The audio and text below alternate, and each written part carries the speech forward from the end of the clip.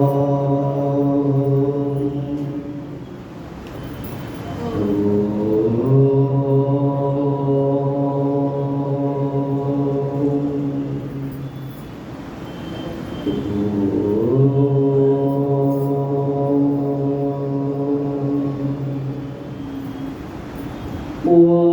अचिन्त्याव्यक्तरूपाय निर्गुणाय गुणात्मने समस्तजगदाधार मूर्तये ब्रह्मणे नमः।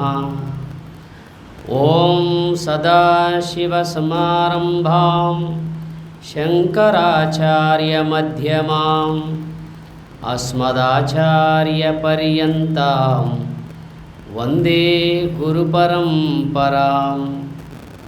कैवल्यामृतपानशिष्यविभवं स्वाराज्यपीठस्थितं श्री आदाटिनरहरि शिष्यतिलकं वेदान्तविज्ञानदम् आत्मानात्मविवेकदत्तसुवचं श्रीलक्ष्मणार्योत्तमम् पृथ्वीस्थानतुरीयमार्गगमनं चैतन्यमूर्तिं भजे। पृथ्वीस्थानतुरीयमार्गगमनं चैतन्यमूर्तिं भजे। सर्वाधिष्ठानమైన పరమాత్మకు నమస్కరిస్తూ లోకోద్ధారకులైన మహాత్ములందరికీ వందనములు అర్పిస్తూ భగవద్భక్తులు మాతృమూర్తులు మీ అందరి హృదయాలలో ఉన్న ఆత్మస్వరూపానికి నమస్కరిస్తూ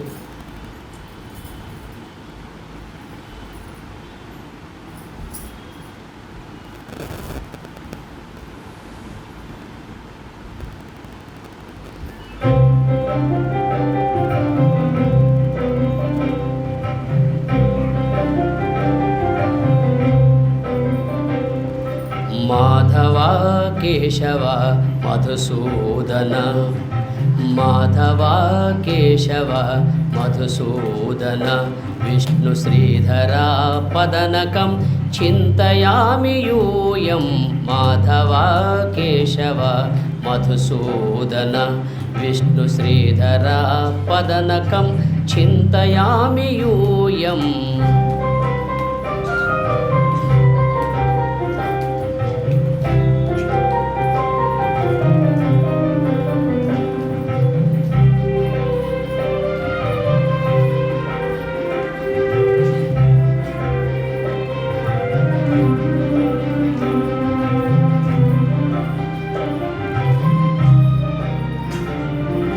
वामन गोविंद वासुदेव प्रद्युम्न राम राम कृष्ण नारायणाच्युत। वामन गोविंद वासुदेव प्रद्युम्न राम राम कृष्ण नारायणाच्युत। तక్కువ పెట్టు పైది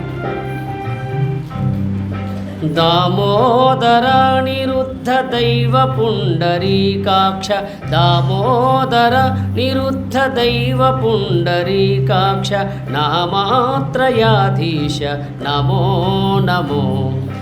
दामोदर निरुद्ध दैव पुंडरीकाक्ष नामात्रयाधीश नमो नमो। माधव केशव मधुसूदन विष्णु श्रीधर पदनकं चिन्तयामि यूयम्।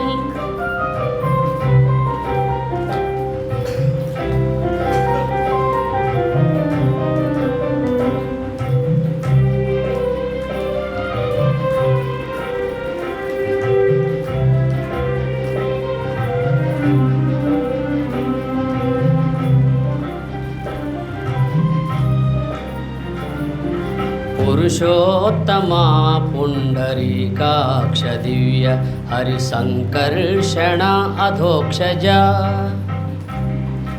पुरुषोत्तमा पुंडरीकाक्ष दिव्य हरिसंकर्षण अधोक्षजा।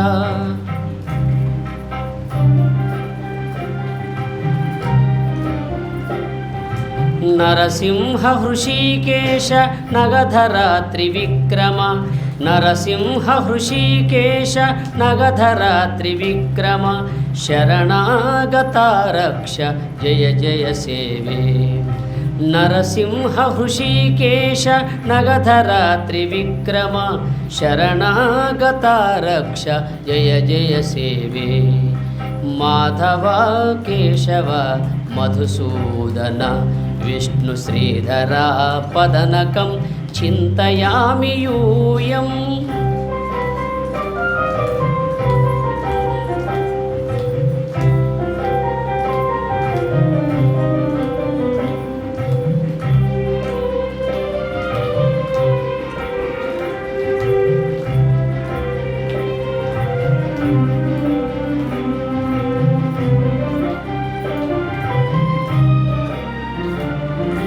महिता जनार्दन मत्स्यकूर्मवराह सहज बुद्ध अर्पदा जय जय कीर्ति महिता जनार्दन मत्स्यकूर्मवराह सहज भार्गव बुद्ध जय दुरदुर्गा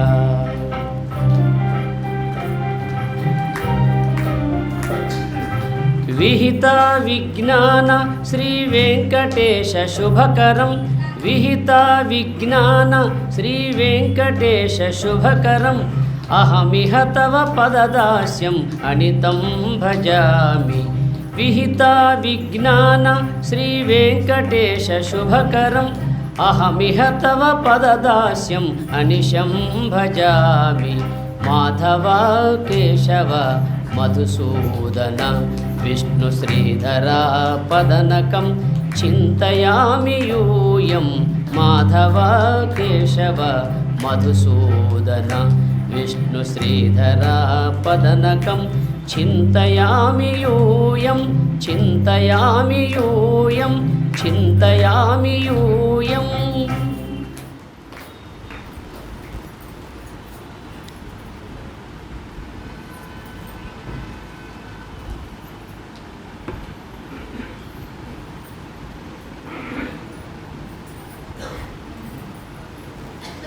శ్రీమంతమైన మునిశ్రేష్ఠ కృతంబైన శ్రీమంతమై మునిశ్రేష్ఠ కృతంబైన భాగవతంబు సద్భక్తితోడ వినగోరు వారల విమల చిత్తంబుల తెచ్చర నీషుండు చిక్కుగాక ఇతర శాస్త్రంబుల నీషుండు చిక్కునే ఇతర శాస్త్రంబుల నీషుండు చిక్కునే మంచివారలకు నిర్మత్సరులకు కపట నిర్ముక్తులై కాంక్షసేయక ఇందు తగిలియుండుట మహత్తత్వ బుద్ధి పరగణాధ్యాత్మికాదితాపత్రయంబు పరగణాధ్యాత్మికాదితాపత్రయంబు అడచి పరమార్థభూతమై అఖిల సుఖదమై సమస్తంబుగా కయునయ్యునుండు వస్తువెరుగంగదగు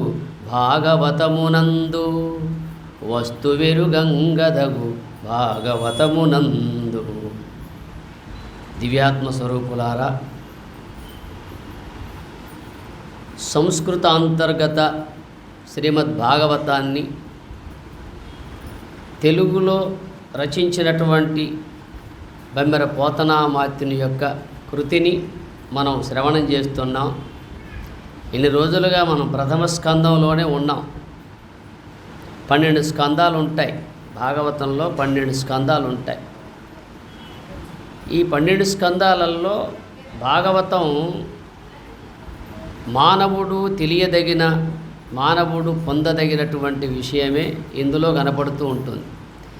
ఈనాడు మానవులకు ఎన్నో తెలుసు, ఒక విధంగా చూస్తే అన్నీ తెలుసు, లౌకిక విషయం అన్నీ తెలుసు కదా. యజ్ఞాలు, యాగాలు, తీర్థయాత్రలు, పుణ్యక్షేత్రాలు, దాన ధర్మాలు, ఇవన్నీ అన్నీ తెలుసు. ఇందులో ఏది ఆయనకు తెలియదని మనం అనకూడదు కదా, అన్నీ తెలుసు.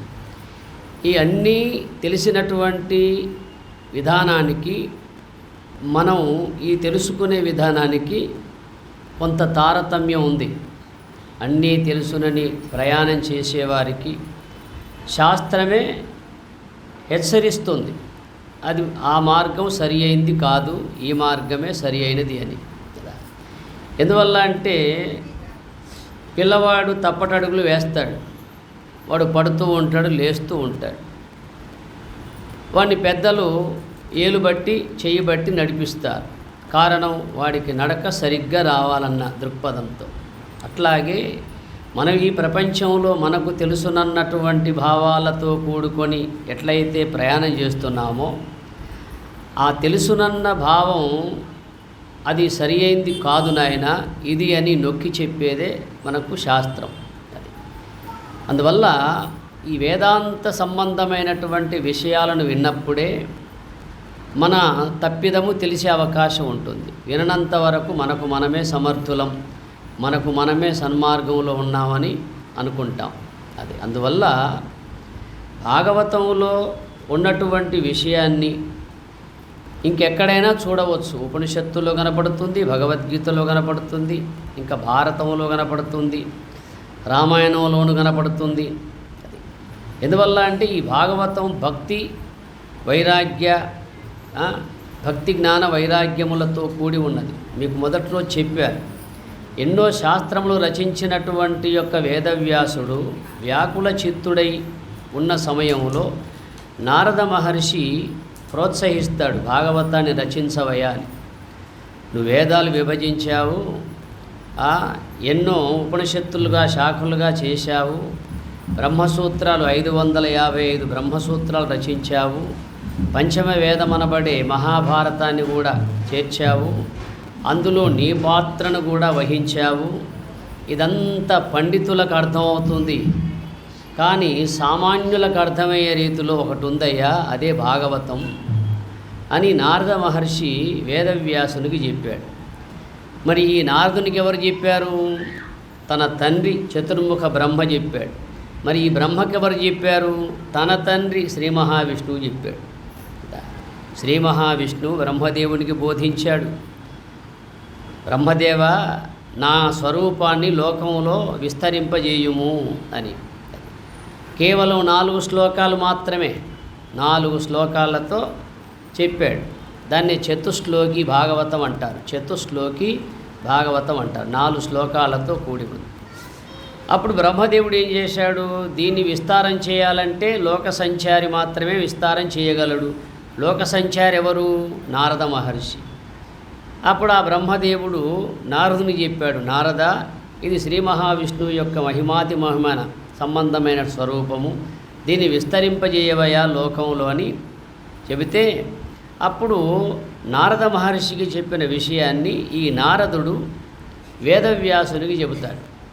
అయ్యా వేదవ్యాస, ఎందుకు చింతిస్తున్నావో నాకు తెలుసు. ఎందువల్ల అంటే వ్యాసునికి ఒక చింతన, ఇన్ని వ్రాసినప్పటికి కూడా, ఇన్ని తెలిసినప్పటికి కూడా నేను ఇంకా ఈ లోకానికి న్యాయం చేయలేదేమో అని. నేను ఇంకా ఈ లోకానికి న్యాయం చేయలేదు. ఎందువల్ల అంటే నేను రచించినవి గొప్ప వాళ్ళకి అర్థమయ్యేట్టుగా ఉన్నాయి కానీ సామాన్యులకు అర్థమయ్యేట్టుగా లేవు కదా అని ఈయన చింతించడం, ఈ విషయం నారదుడు గుర్తు చేయడం, ఆ విధంగా ఈ భాగవతం రచింపబడింది. 4 శ్లోకాలతో కూడిన భాగవతం వేదవ్యాసుడు రాసేసరికి 18,000 శ్లోకాలు అయింది. ఒక్క 4 శ్లోకాలతో కూడిన భాగవతం వేదవ్యాసుని కలములో, ఆయన గలములో పడి గ్రంథస్థమయ్యేసరికి 18,000 శ్లోకాలైంది. అట్టి 18,000 శ్లోకాలను తెలుగులో రచించిన మహానుభావుడు బమ్మెర పోతనామాత్యుడు కదా. వరంగల్లుకు, ఓరుగల్లుకు దగ్గరగా ఏకశిలానగరం అంటారు. ఓరుగల్లుకు పేరు ఏకశిలానగరం అని.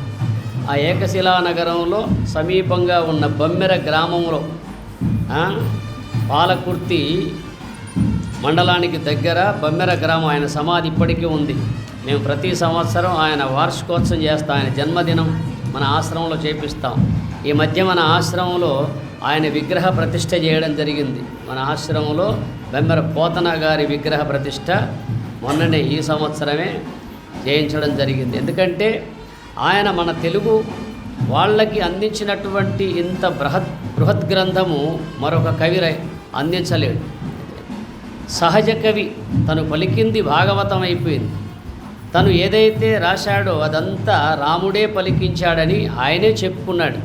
నేను రాయలేదు, నాలో ఉన్నటువంటి ఆ భగవంతుడే రచింపజేశాడు అన్నాడు. ఈ మాట మనకు భగవద్గీతలో కూడా వస్తుంది. నేను పాండవులలో అర్జునుడును, ఋషులలో వేదవ్యాసుని అంటాడు శ్రీకృష్ణుడు. ఈ మాట అంటాడా లేదా? పాండవానాం ధనంజయ, ఋషీనాం వ్యాస అనే పదం వస్తుంది. ఋషులలో నేను వ్యాసుని, పాండవులలో నేను అర్జునుణ్ణి అన్నాడు. ఇది కొంచెం మనం కాస్త వేదాంతపరంగా విచారించాలి కదా. వ్యాసుడు అంటే సకల వేదాంగాలు రాసినవాడు కదా. అర్జునుడు అంటే వేద సారమైన ఉపనిషత్ సారమైన భగవద్గీతను విన్నవాడు కదా. మరి ఈ వినేవాడు ఆయనే, వ్రాసినవాడు ఆయనే, మరి భగవద్గీతను చెప్పినవాడు ఆయన. అర్థమవుతుందా? భగవద్గీతను చెప్పినవాడు కృష్ణుడే, భగవద్గీతను జీవునిలో ఉండి విన్నవాడు దేవుడే. ఈ భగవద్గీతను వేద విభజన చేయించినవాడు భగవంతుడే కదా. భగవంతుడు లేక వ్యాసుడు రాశాడా? భగవంతుడు లేక అర్జునుడు విన్నాడా? భగవంతుడు లేక మనం ఏదైనా పలకగలమా? ఇప్పుడు మీరు గత కొన్ని రోజులుగా వింటున్నారు. ఆ వినేవాడు దేవుడే, నాలో ఉండి చెప్పేవాడు దేవుడే. నేను చెప్పడం లేదు కదా. నా నాలుక పలుకుతుంది, ఇంత గొప్పగా పలుకుతున్నాడు అని మనం అనుకుంటాం. కానీ ఆ పలికించేవాడెవడు? దేవుడే. ఆ పలుకులను వినేవాడెవడు? దేవుడే. దీన్నే దేవుడు అంతటా ఉన్నాడు, అన్నిటా ఉన్నాడు, అందరిలో ఉన్నాడు అనడానికి నిర్ధారణ. సర్వం కలివిదం బ్రహ్మ అంటారు. సమస్తము బ్రహ్మమే కదా, అంతటా బ్రహ్మము వ్యాపించి ఉన్నది అని. అంటే ఈ బ్రహ్మతత్వం అందరిలో వ్యాపించి ఉన్నా కూడా అందరికి ఎందుకు తెలియబడడం లేదు అంటే దానికి అర్థము ఉంది. కొందరిలో అంతఃకరణం పవిత్రంగా ఉంటుంది, కొందరిలో అంతఃకరణం అపవిత్రంగా ఉంటుంది. బురద నీటిలో సూర్య ప్రతిబింబం కనబడదు, తేట నీటిలోనే సూర్య ప్రతిబింబం కనబడుతుంది. సూర్యుడు ప్రకాశిస్తే నీళ్ళల్లో చూస్తాం కదా, బురద నీటిలో కనబడతాడా? కనిపించడు. సూర్యుడు తేట నీటిలోనే కనబడతాడు. అట్లాగే భగవత్స్వరూపం ఎవరికైనా తేట తెల్లంగా తెలిసేది అంటే పవిత్ర హృదయులకు మాత్రమే తేట తెల్లంగా తెలియబడుతుంది. హృదయం పవిత్రంగా లేకపోతే ఎంత విన్నా, ఎంత చదివినా, ఏమి చేసినా ఆ భగవత్స్వరూపం తెలియబడదు. అది అందువల్ల మనం ఉదయాన్నే లేచి దేహాన్ని శుచిగా చేసుకుంటున్నాం, మనం ధరించే వస్త్రాలను శుచిగా ధరిస్తున్నాం. కానీ మన మనోమాలిన్యాన్ని ఎలా తొలగించుకోవాలంటే ఇదే మార్గం, మరో మార్గం లేదు కదా. మీకు విషయం చెబుతాను. మహాభారతంలో యుద్ధమంతా అయిపోయింది. ఇక ధర్మరాజుకు పట్టాభిషేకం చెయ్యాలి, ఆయన పట్టాభిషిక్తుడు కావాలి. దానికి ముందు వాళ్ళు ఏం చేశారు? తీర్థయాత్ర చేయాలని సంకల్పించారు. ఎవరు? పాండవులు. తీర్థయాత్ర చేసి వచ్చిన తర్వాత పట్టాభిషేకం చేసుకుంటే బాగుంటుంది అని ధర్మరాజు సంకల్పించాడు. మరి తీర్థయాత్ర చేయాలంటే వీళ్ళందరూ పోతూ ఉన్నారు, ఆయన్ని కూడా రమ్మంటారు. ఎవరైతే మనకు యుద్ధంలో ఉండి అన్ని విధాలా కాపాడి సంరక్షించాడో ఆ పరమాత్మను కూడా, స్వామి మీరు కూడా మాతో పాటు తీర్థయాత్రకు రావాలి అని కోరుతాడు. అప్పుడు కృష్ణుడు అంటాడు, ఏమయ్యా ధర్మరాజా, ఇన్నాళ్ళు మీ వెంటనే ఉన్నాను, ఇప్పుడైనా మా ద్వారకకు వెళ్ళి రావాలా? నాకు పనులున్నాయా, మీరు పోయిరండి అంటారు. లేదు స్వామి, అసలు మీరు లేక మేము లేము, ఇంతగా మమ్మల్ని దగ్గరుండి కాపాడారు, మీరుంటే మాకు అంత సవ్యము దివ్యమే, మీరు రావలసిందే అంటే ఆయన ససేమిరా రానంటాడు. రానని ఏం చేస్తాడు? తనకు బదులుగా ఒక వస్తువు ఇస్తాడు. తనకు బదులుగా ఒక వస్తువు ఏమిటి? ఓ బీరకాయ ఇస్తాడు. కృష్ణుడు ఏం చేస్తాడంటే ఓ బీరకాయ ఇస్తాడు. ఆ బీరకాయ ఇస్తూ ఏం చెప్పాడంటే, అయ్యా ధర్మరాజా, ఇది సామాన్యంగా కనిపించే బీరకాయ అనుకోకండి, ఇది నేనుగా భావించండి నన్నుగానే భావించండి. మీరు ఎక్కడెక్కడైతే స్నానం చేస్తారో అక్కడక్కడల్లా దీనికి స్నానం చేయించండి. మీరు ఎక్కడెక్కడైతే దైవ దర్శనం చేస్తారో అక్కడక్కడల్లా దీనికి దర్శనం చేయండి. మీరు ఏం చేస్తారో ఆ విధి విధానము అదంతా ఆ కైంకర్యం అంతా ఈ బీరకాయతో చేయండి. దాన్ని కింద మాత్రం పెట్టొద్దు సుమా, ఎవరో ఒకరి చేతిలో పట్టుకొని తిరగండి అని చెప్తాడు. అది అట్లాగే వాళ్ళు తీర్థయాత్రలన్నీ ముగించుకొని ఆ బీరకాయను భద్రంగా అన్ని పుణ్యక్షేత్రాలు దర్శింపజేసి అన్ని పుణ్యనదుల్లో దానికి స్నానం చేయించి అన్ని దైవ దర్శనం గావించి తీసుకొస్తారు. తీసుకొచ్చి ఎక్కడ పెట్టాలా? పూజా మందిరంలో పెడతాడు ధర్మరాజు. అదే అయితే ఈ యాత్ర చేసి వచ్చిన తర్వాత ధర్మరాజు ఏం చేస్తాడు? మహాత్ములందరినీ ఆహ్వానించి పెద్ద విందు ఏర్పాటు చేస్తాడు. ఒక యజ్ఞం ఆరంభించి ఒక విందు ఏర్పాటు చేస్తాడు. ఇక ధర్మరాజు చేసిన విందు అంటే మామూలుగా ఉంటుందా? మనం చేసే విందుల్లోనే అసలు ప్లేట్లలో ఎన్నెన్నో ఉంటాయి. అన్నం తక్కువ కూరలు ఎక్కువ అన్నట్టుగా ఎన్నో ఉంటాయి. మరి ఆయన విందు తలపెట్టాడు. అది మహాత్ములకు, మహర్షులకు, దేవతలకు అలాంటి విందు ఏర్పాటు చేసినప్పుడు కృష్ణుడు గుర్తు చేస్తాడు. ధర్మరాజా, నేను ఇచ్చిన బీరకాయ ఎక్కడ పెట్టావయ్యా అని అడుగుతాడు. స్వామి, పూజా మందిరంలో భద్రంగా ఉన్నది, మరి నేను చెప్పినట్టు చేయించారా అడిగాడు. చేయించాము స్వామి, దాన్ని అంతటా మేము చేసినట్టే దానికి దైవ దర్శనం చేశాము, దానికి అన్ని పుణ్య నదులలో స్నానం చేయించాము, అన్నీ చేశాము స్వామి. అంటే మరి అంత పవిత్రమైన దాన్ని పూజా గదిలో ఏం దాచుకుంటావా? తీసుకురా, తీసుకొచ్చి దాన్ని చిన్న చిన్న ముక్కలుగా చేసి ప్రసాదంగా వడ్డించి అందరికీ అన్నాడు. అప్పుడు దాన్ని వాళ్ళు ఆ ధర్మరాజు ఏం చేసి ఆ బీరకాయను మొత్తం చిన్న చిన్న ముక్కలుగా తరిగి అందరికీ ప్రసాదంగా వడ్డించాడు. ప్రసాదం ఎప్పుడు తినాలా? ముందే తీసుకోవాలి కదా. భోజనానికి ముందే ప్రసాదం కళ్ళకద్దుకొని తిని ఆ తర్వాత భోంచేయాలి. అందరూ అది ఆ ముక్కను ఆ బీరకాయ ముక్కను నోట్లో వేసుకున్నారు. నోట్లో వేసుకొని నమలలేక మింగలేక ఉమ్మేస్తున్నారు. ఎందువల్ల? అది చేదు బీరకాయ. ఆ బీరకాయ చేదు బీరకాయ. ఈ కృష్ణుడు అది చూసి ముసిముసి నవ్వుతున్నాడు. ధర్మరాజు ఏమో అయ్యా అది ఉమ్మేయకండి, పవిత్రమైనది, ఎన్నో పుణ్యనదుల్లో స్నానం చేసింది, ఎన్నో దైవ దర్శనాలు చేసుకున్నది, ఆ పవిత్రమైన దాన్ని ఉమ్మేయడం మంచిది కాదు, మీరు తినండి అని ఈయన అంటున్నాడు కదా. వాళ్ళు తినలేము ధర్మరాజా, కటిక చేదు అని వాళ్ళు ఉమ్మేస్తున్నారు. ఈయన నవ్వుతున్నాడు. స్వామి, ఏమిటి మీరు నవ్వుతున్నారు? వాళ్ళకు మీరన్నా చెప్పండి అంటే, అయ్యా ధర్మరాజా, అది సహజంగా చేదు బీరకాయ. మరి ఇన్ని నదుల్లో మునిగినప్పుడు, ఇన్ని పుణ్యక్షేత్రాలు దర్శించినప్పుడు దాని చేదెందుకు పోలేదు? ఇదెవరి కథ? ఇదెవరి కథ? మన కథ కదా. ఇదెవరి కథ? మల నిర్మోచనం పుంసాం జలస్నానం దినే దినే సకృద్గీతాంభసి స్నానం సంసారమలనాశనం. చదువుతున్నాం కదా భగవద్గీతలో ప్రార్థనా శ్లోకంలో కదా. మల నిర్మోచనం పుంసాం జలస్నానం దినే దినే సకృద్గీతాంభసి స్నానం సంసారమలనాశనం అంటాడు. మానవుని యొక్క స్థూల శరీర మాలిన్యం గంగాజలంతో పోగొట్టుకోవచ్చు కదా. మన దేహానికి ఉన్న మాలిన్యం కడుక్కుంటే, స్నానం చేస్తే పోతుంది. కానీ లోన ఉన్న హృదయ మాలిన్యం ఎలా పోతుంది? అది తీర్థయాత్రలు తిరిగినా పోతుందా? యజ్ఞయాగాలు చేసినా పోతుందా? దాన ధర్మాలు చేసినా పోతుందా? ఎలా పోతుంది? శ్రవణజన్య జ్ఞానముతోనే పోతుంది. అది జ్ఞాన గంగతోనే కడగబడుతుంది.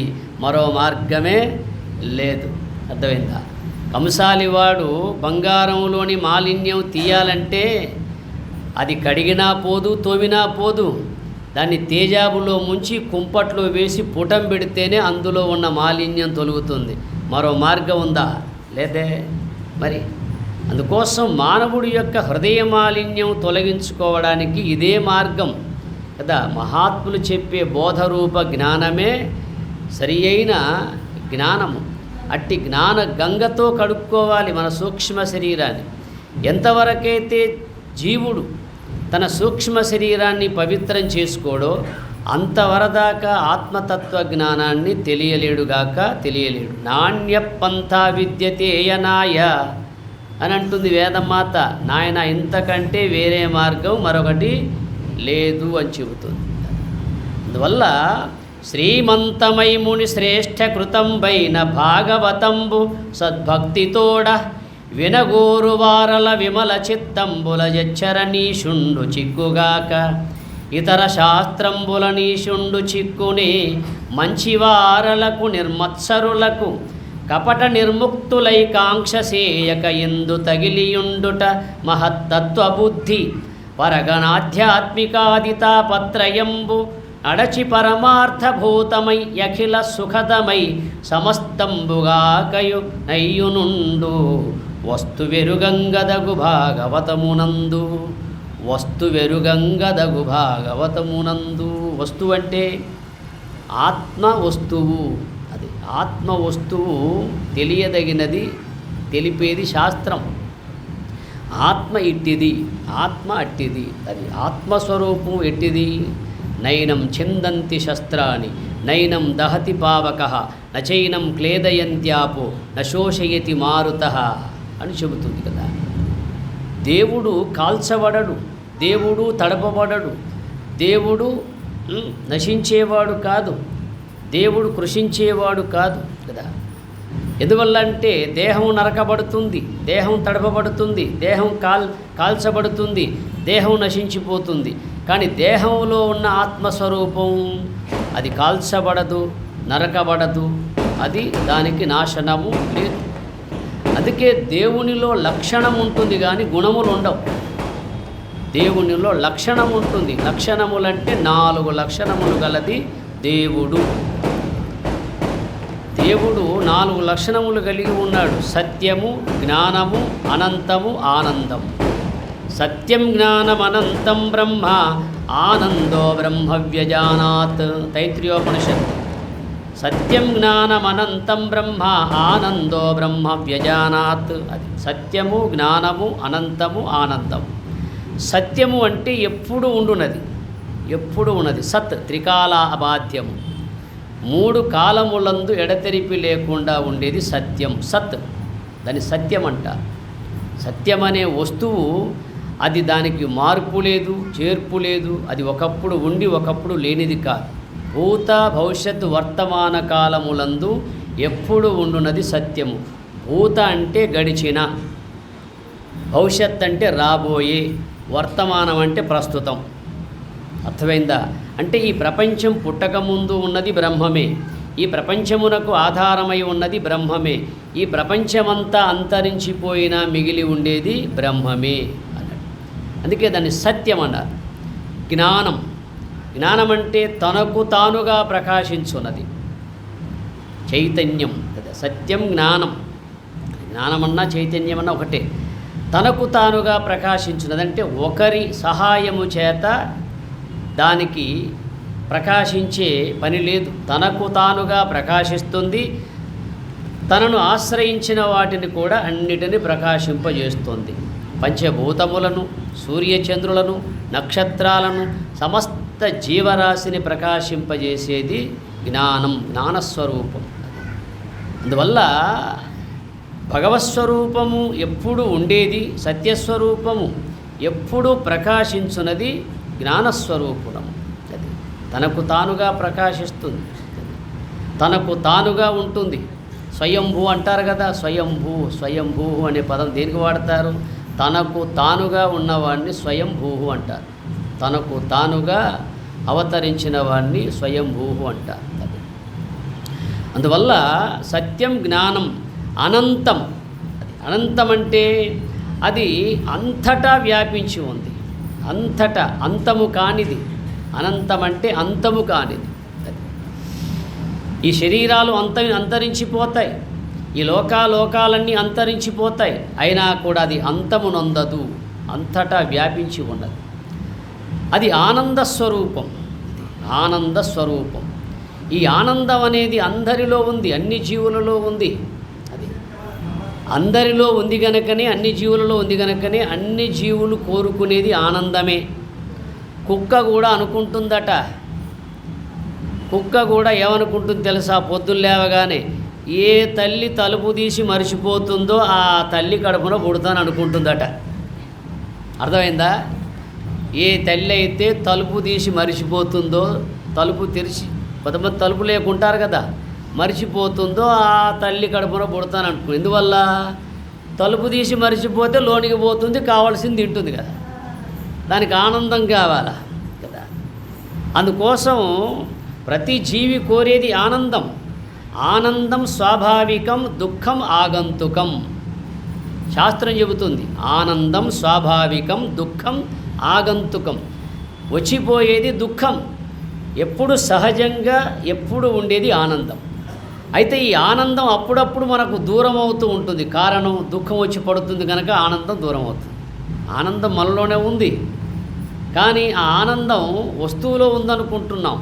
చెప్పాం కదా, కుక్క ఎముక తీసుకొని వచ్చి అది కొరుకుతూ ఉంటే దాని యొక్క వాడి అయిన ఎముక చివుళ్లకు దాకి తన చివురులో నుంచి రక్తం గారుతూ ఉంటే ఏమనుకుంటుంది అది? ఆహా, ఈ పాత ఎముకలో ఇంత మధురమైన రక్తం ఉన్నదే అనుకుంటుంది. ఇక నిజంగా విచారించితే ఆ రక్తం ఎవరిది? తనదే, తన నుండి వచ్చేదే. అట్లాగే ప్రతి జీవిలో ఆనందం ఉంది, కానీ మానవుడు ఏమనుకుంటున్నాడు? వస్తువు నుంచి ఆనందం పొందుతున్నాను అనుకుంటున్నాడు. లేదు, వస్తువులో ఆనందం లేదు. ఆనందం అనేది నీలో ఉంది. వస్తువు లభించినప్పుడు మనకు తృప్తి, ఆనందం కలుగుతుంది. వస్తువు దూరమైనప్పుడు మనకు దుఃఖం ఏర్పడుతుంది.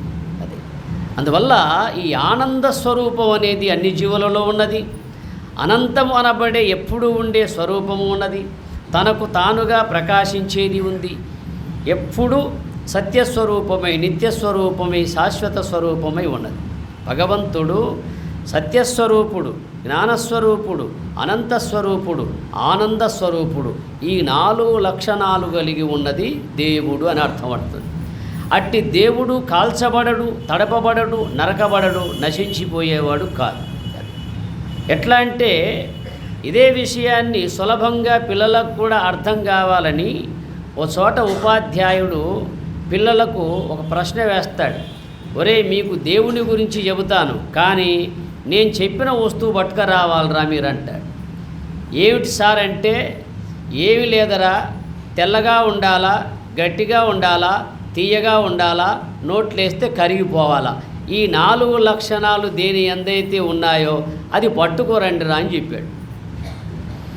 అదే తెల్లగా ఉండాలా, గట్టిగా ఉండాలా, తీయగా ఉండాలా, నోట్లేస్తే కరిగిపోవాలా. ఏమిటది? కడిగి చక్కెర, నవ్వుపోతంట కదా. ఒకడు తొందరపడి పటికి పట్టుకొచ్చాడు. పటికి తెల్లగా ఉంది, గట్టిగా ఉంది, కరిగే గుణం ఉంది, కానీ తీపు లేదు అందులో కదా. ఇది కాదురా అని చెప్పాడు. ఒకడు తెలియగలవాడు ఆ పటికి బెల్లం పట్టుకొచ్చాడు. సార్ ఇదిగో అదే, అందులో 4 ఉన్నాయి చూడండి, తెల్లగా ఉంటుంది, గట్టిగా ఉంటుంది, తీయగా ఉంటుంది, నోట్లేస్తే కరిగిపోతుంది. ఈ 4 లక్షణాల్లో ఏది లేకపోయినా అది నవ్వుబోతవుతుందా? ఈ 4 లక్షణాల్లో అది ఏ ఒక లక్షణం అందులో లేకున్నా అది కడిశక్కర కాదు కదా. అట్లాగే ఇప్పుడు నేను చెప్పిన 4 లక్షణాల్లో ఏది లేకపోయినా అది దేవుడు కాదు. అది సత్యస్వరూపమై ఉండాలి, అది జ్ఞానస్వరూపమై ఉండాలి, అది అనంతమై ఉండాలి, అది ఆనంద స్వరూపమై ఉండాలి. ఈ 4 లక్షణాలు గలదే దేవుడు. అది ఇప్పుడు చెప్పండి, దేవుడు అంటే ఎక్కడున్నాడు? ఎక్కడున్నాడు ఆ దేవుడు నీలోనే ఉన్నాడు. సర్వేషు భూతేషు తిష్టతీతి దేవః దివు క్రీడాదం. అదే దేవుడంటే ప్రకాశించువాడు, క్రీడించువాడు, ఆనందస్వరూపుడు, అనంతస్వరూపుడు ఈ దేవుడు. అది మనం నియమించుకున్న దేవుడు ఒక ప్రాంతంలో ఉంటాడు, అనంతమై ఉండడు. మనం నియమించుకున్న దేవుడు ఒక గుళ్ళో ఉంటాడు, ఒక ప్రాంతంలో ఉంటాడు. కానీ ఆ భగవత్స్వరూపం అంతటా వ్యాపించి ఉంది, సందు లేకుండా అది నిండి నిబిడీకృతమై ఉన్నది కదా. అందుకే భగవంతుని చేరేటువంటి యొక్క మార్గాలు మహాత్ములు 5 చెబుతారు. ముఖ్యంగా 5 చెబుతారు. భగవంతుని కోసం చేసే పనులు కైంకర్యములు 5. ఎందువల్ల మనకు భూతాలు ఎన్ని ఉన్నాయి? పంచభూతాలు. అది పంచభూతాలే ఉన్నాయి తప్ప ఇక లేవు. ఆ పంచభూతాల్లో పుట్టిన ఇంకా మనం ఉన్నాం కానీ పంచభూతాలకు మినహాయించి లేవు. అర్థమైందా? భూమి, నీరు, అగ్ని, వాయువు, ఆకాశం. భూమి నుండి పుట్టినటువంటి పుష్పములు, అక్షతలు, అవి దీపాలు ఇవన్నీ మనం తీసుకొని పూజ చేస్తాం కదా. ఎట్లా అంటే ఇప్పుడు భగవంతుని యొక్క కైంకర్యములు పూజ, అభిషేకము, యజ్ఞము, జపము, ధ్యానము 5. అర్థమైందా? భగవంతుని కొరకు చేసే పనులు, భగవత్ స్వరూపాన్ని ఆశ్రయించే పనులు 5. పూజ, అభిషేకము, యజ్ఞము, జపము, ధ్యానం. ఈ పూజ అనేది పృథివీ సంబంధమైన కైంకర్యం. పూజ అనేది ఉందే పృథివీ సంబంధమైన కైంకర్యం. ఎందుకంటే పృథివీలో నుంచి పుట్టిన పుష్పాలు, అక్షతలు ఏవేవో సమర్పించి మనం చేస్తాం కదా. ఇదంతా పృథివీ సంబంధమైన కైంకర్యం పూజ. ఇక జల సంబంధమైనది అభిషేకం.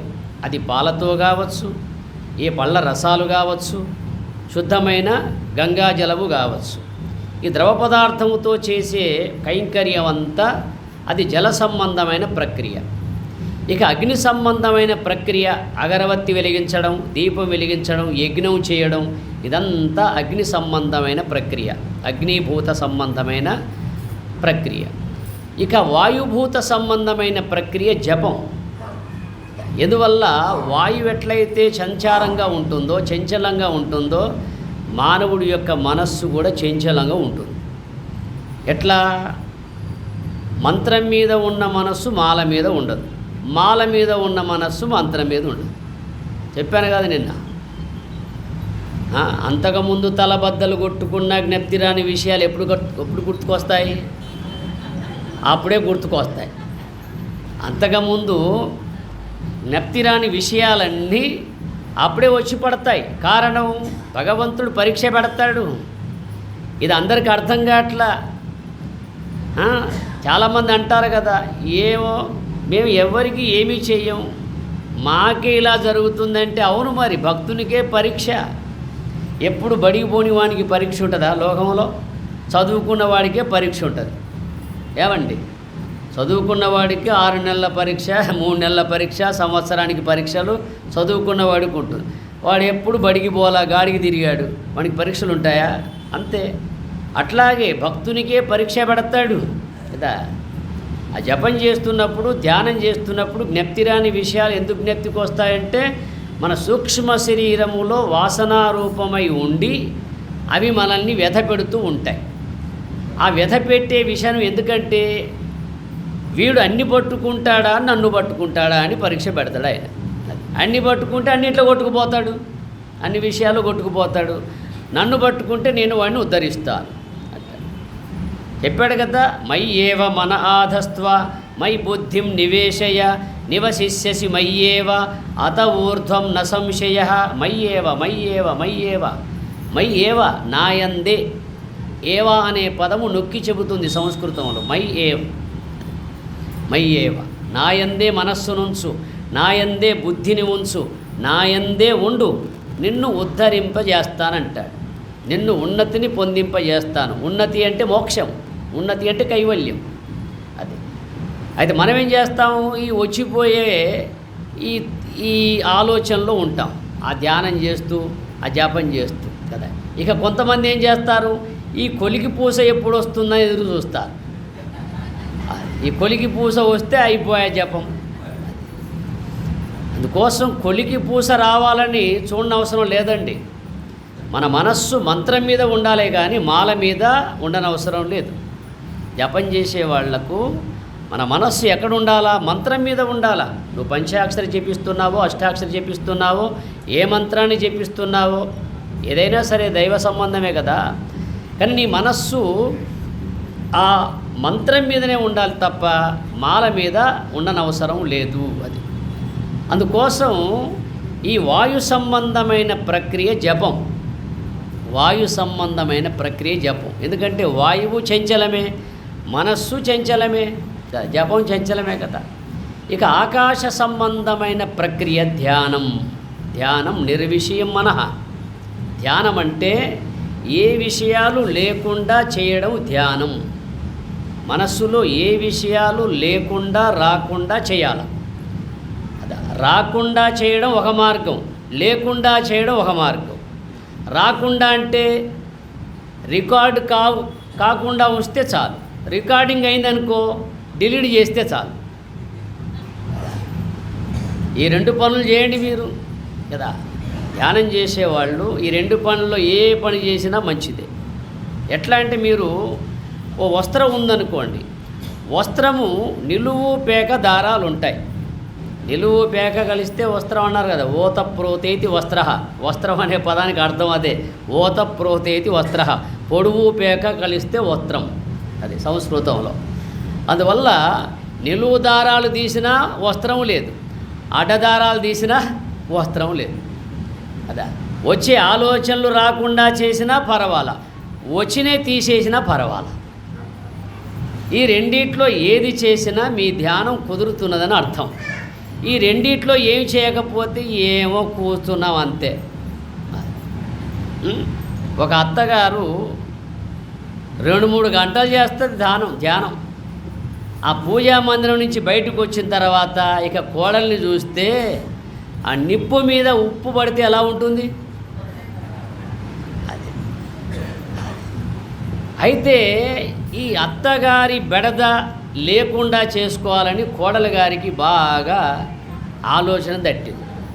ఆలోచన తడితే ఎవరో మహానుభావుడు ఆ ప్రాంతం ఏదో ఈ కొంతమంది ఉంటారు కదా, ఈ వేదాంతమే కాకుండా ఇతరత్రా కూడా ఇది చేయండి మంచిది, అది చేస్తే మంచిది, ఇలా చేస్తే మంచిది, అలా చేస్తే మంచిది చెప్పేవాళ్ళు కూడా ఉంటారు కొంతమంది. కేవలం వేదాంతమే కాకుండా ఇంటి సమస్యలు ఇలా దూరం చేసుకోవచ్చు, నేను మీకు ఓ మార్గం చెప్తానని చెప్పేవాళ్ళు ఉంటారు. అలా ఒక మహానుభావుడు వచ్చాడు. వచ్చినప్పుడు ఈ కోడలు గారు పోయి అత్తగారి విషయం అంతా విన్నవించింది. అయ్యా మా అత్త గంటల కొద్దీ పూజా మందిరంలో ఉంటుంది, కానీ బయటికి వస్తే నన్ను చూస్తే పెద్ద బెడద, పెద్ద రసరస అని చెప్తుంది. అప్పుడు ఆయన ఏం చేశాడు, సరేలే అమ్మ నేను ఒక విషయం చెప్తాను అని చెప్పాడు. ఆమె పోయిన తర్వాత ఈ అత్తగారు వచ్చి అదే మహాత్ముని అడుగుతుంది, మా కోడలు నేను చెబితే వినదు, ఎట్లా దారికి వస్తుంది మహానుభావాన్ని ఈమె చెప్పడం. ఆమెకు ఈ విధంగా సర్ది చెప్పాడు. చెప్పిన తర్వాత ఈ అత్తకేం చెప్పాడు తెలుసా, అమ్మ నువ్వు వచ్చేటప్పుడు పెద్ద బాటల నిండా నీళ్లు పట్టుకరా, ఆ నీళ్లను నేను మంత్రించి ఇస్తాను, ఆ నీళ్లను నీవు నోట్లో పోసుకో అంతే. అది మీ కోడలు దెబ్బకే నోరు మూస్తుంది. అయితే ఆ నీళ్లు నువ్వు ఉంచొద్దు మింగొద్దు సుమా, అట్టెల్లో నోట్లే పట్టుకో. అది ఉంచొద్దు మింగొద్దు అంతే. అప్పుడు అత్తగారు ఏం చేసింది, ఆ మంత్రిచ్చిన నీళ్లు నోట్లో పోసుకొని గుప్పిట్లో పట్టుకొని అట్లాగే ఉంది. కోడలు గారు ఏమంటుంది, అరే ఎప్పుడూ తిట్టేది, ఈరోజు తిట్టడం లేదు, ఏదో మంత్రం ఇచ్చాడు స్వామివారు, నేను కూడా పోయి తెచ్చుకుంటానని పోతుందని ఆమెకు కూడా అదే నీళ్ళు ఏదో మంత్రించి ఇచ్చినాడు. అమ్మ నువ్వు కూడా నోట్లో పోసుకో, మీ అత్తమ్మ తిడుతున్నప్పుడు ఈ నోట్లో పోసుకో, ఉమ్మేయకూడదు మింగకూడదు, అలాగే ఉంచు, దెబ్బకే ఊరుకుంటుంది చూడన్నాడు. అవును మరి ఊరుకుంటుంది. ఆ నీళ్లు నోట్లో పోసుకొని అట్లాగే ఉంచితే అత్తగారు మా అంటే 2-3 అంటుంది, అమ్మ ఇది ఏమంటలేదు, ఏదో అయింది అని ఊరుకుంటుంది. అది ఈ విధంగా ఇవన్నీ మనకు మన మనస్సుకు తృప్తిని పరిచే విధంగా ఏవో ఉంటాయి కదా. అదంతా ప్రధానమేం కాదు, ఆ కథలోని విషయాన్ని మనం అర్థం చేసుకోవాలి. అన్ని గంటలు ధ్యానం చేసినా కూడా మనసు నిలవని లోపమే ఆ అజ్ఞానము, అవిద్య. నువ్వెన్ని గంటలు చేస్తున్నావో ప్రధానం కాదు, ఎంతసేపు నీ మనస్సు ప్రపంచాన్ని విడిచి ఉండగలిగిందో అదే ధ్యానం అనిపించుకుంటుంది. అందుకే ధ్యానం నిర్విషయం మనః అన్నారు. యోగం అంటే చిత్తవృత్తి నిరోధ, యోగ చిత్తవృత్తి నిరోధ. యోగమన్నా ధ్యానమన్నా అర్థం ఒకటే. అది చిత్తవృత్తులన్నీ లేకుండా చేస్తే దాన్ని యోగం అన్నారు. మనోవృత్తులన్నీ తీసివేయగలిగితే దాన్ని ధ్యానం అన్నారు. అది మనస్సులోని వృత్తులు, మనోసంకల్ప. అదే ఈ మనస్సు ఎప్పుడు ఏదో ఒకటి అనుకుంటూ ఉంటుంది, ఒక క్షణం కూడా ఊరుకోదు. పొద్దున్న లేచిన నుండి పడుకునేదాకా ఈ మనస్సు ఎప్పుడు ఏదో ఒకటి అనుకుంటూ ఉంటుంది. ఆ అనుకునే మనస్సును అనుకోకుండా చేయగలిగే ప్రక్రియ ధ్యానం. ఇది ఆకాశ సంబంధమైన ప్రక్రియ. అర్థమైందా? ఖాళీ చేయాలి కదా, మనస్సును ఖాళీ చేసే ప్రక్రియ ఉంది. చెప్పాడు కదా, ఆకాశం మానసం కృత్వా, ఆకాశం మానసం కృత్వా అది అన్నాడు. అందువల్ల భగవంతుని ధ్యానించేటప్పుడు మనస్సును ఆకాశంగా చేయమన్నాడు. ఆకాశం అంటే ఖాళీ, ఆకాశం అంటే ఖాళీ. అదే మీకు విషయం చెప్తాను. భాగవతంలో ఒక విషయం వస్తుంది. గోపికలు మురళిని ఆడిపోసుకుంటాయి. ఏ పుణ్యం చేశావే, ఏ నోము నోచావే, ఏ పుణ్యకార్యాలు చేశావే, నిన్ను ఎప్పుడు భగవంతుడు బొడ్లో పెట్టుకుంటాడు, నోట్లో పెట్టుకుంటాడు. భగవంతుడు నిన్ను విడవకుండా పట్టుకుంటాడు. నువ్వు ఏ పుణ్యం చేశావు, ఎంతటి గొప్ప యాగాలు చేశావు, నిన్ను భగవంతుడు పట్టుకోవడం ఏమిటి అని అంటే ఆ మురళి అన్నదట, నాలో ఏమీ లేదు గనక నన్ను పట్టుకున్నాడు, మీలో కొన్ని ఉన్నాయి కనుక మిమ్మల్ని పట్టుకోలేదన్నది. ఇదో పెద్ద వేదాంతం చెబుతుందని ఇంకా కోపంగా ఉన్నాయి. ఇదో పెద్ద వేదాంతం చెబుతుంది అని. అయితే ఆ కృష్ణుడు నిద్రపోతాడా, ఆ నిద్రిస్తున్నట్టుగా అనిపించినప్పుడు ఆ మురళిని తీసి ఇరిచేసి ఆ యమునలో పడేస్తాయి. అది తేలుతూ కూడా ఏమంటుంది, ఇదే మాట అంటుంది, నాలో ఏమీ లేదే, అందుకే నేను తేలుతూ ఉన్నాను, నన్ను ఆయన పట్టుకున్నాడు అంటుంది కదా. మురళిని మీరు బాగా పరిశీలించండి. మురళిలో ఏముంటుంది, ఆ చివరి నుంచి ఈ చివరి దాకా వట్టి ఖాళీ లొట్ట. మురళి చూస్తే ఖాళీ ఉంటుంది, ఏమీ ఉండదు. ఖాళీ ఉంది కనుక ఆయన పట్టుకున్నాడు. ఇప్పుడు ఆ మురళిని కూడా మనం పరిశీలిస్తే 9 రంధ్రాలే ఉంటాయండి. ఆ మురళిని కూడా మనం పరిశీలిస్తే 9 రంధ్రాలే ఉంటాయి. ఆ చివర ఈ చివర 2 కదా, మధ్యలో 6, ఇంకొకటి గాలి ఊదడానికి చిన్న రంధ్రం ఉంటుంది, 9. అదైందా? మరి ఇది మురళే, ఇది మురళే కదా. ఇది మోగుతుందంటే, ఇది మోగుతుంది కదా, ఇది మోగించేవాడు ఒకడు ఉన్నాడు లోన.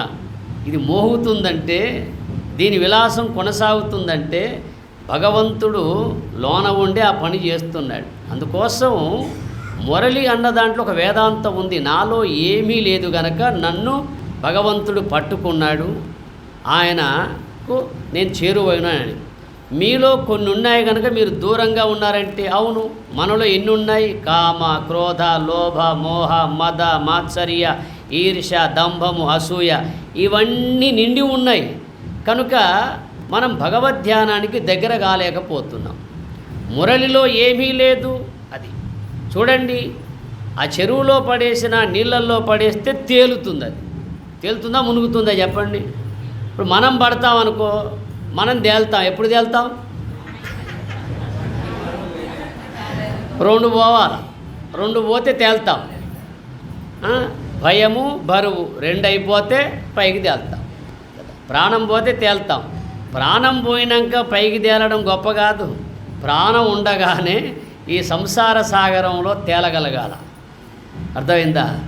అందువల్ల మురళి తేలిందంటే, మురళిలో ఏమీ లేదంటే అది వేదాంత తత్వాన్నే అందులో మనం చూడాలి. అందులో ఏమీ లేదు. అట్లాగే మన సూక్ష్మ శరీరములో ఏమీ లేకపోతే భగవద్ధ్యానం కుదురుతుంది. ఆత్మ సంస్థం మనకృత్వ తం ధ్యాయేత్ పార్థ ఈశ్వర. ఆత్మ సంస్థం మనకృత్వ నకించిదపి చింతయేత్. మరో మాట అన్నాడు, ఆత్మ సంస్థం మనకృత్వ నకించిత్ అపి చింతయేత్.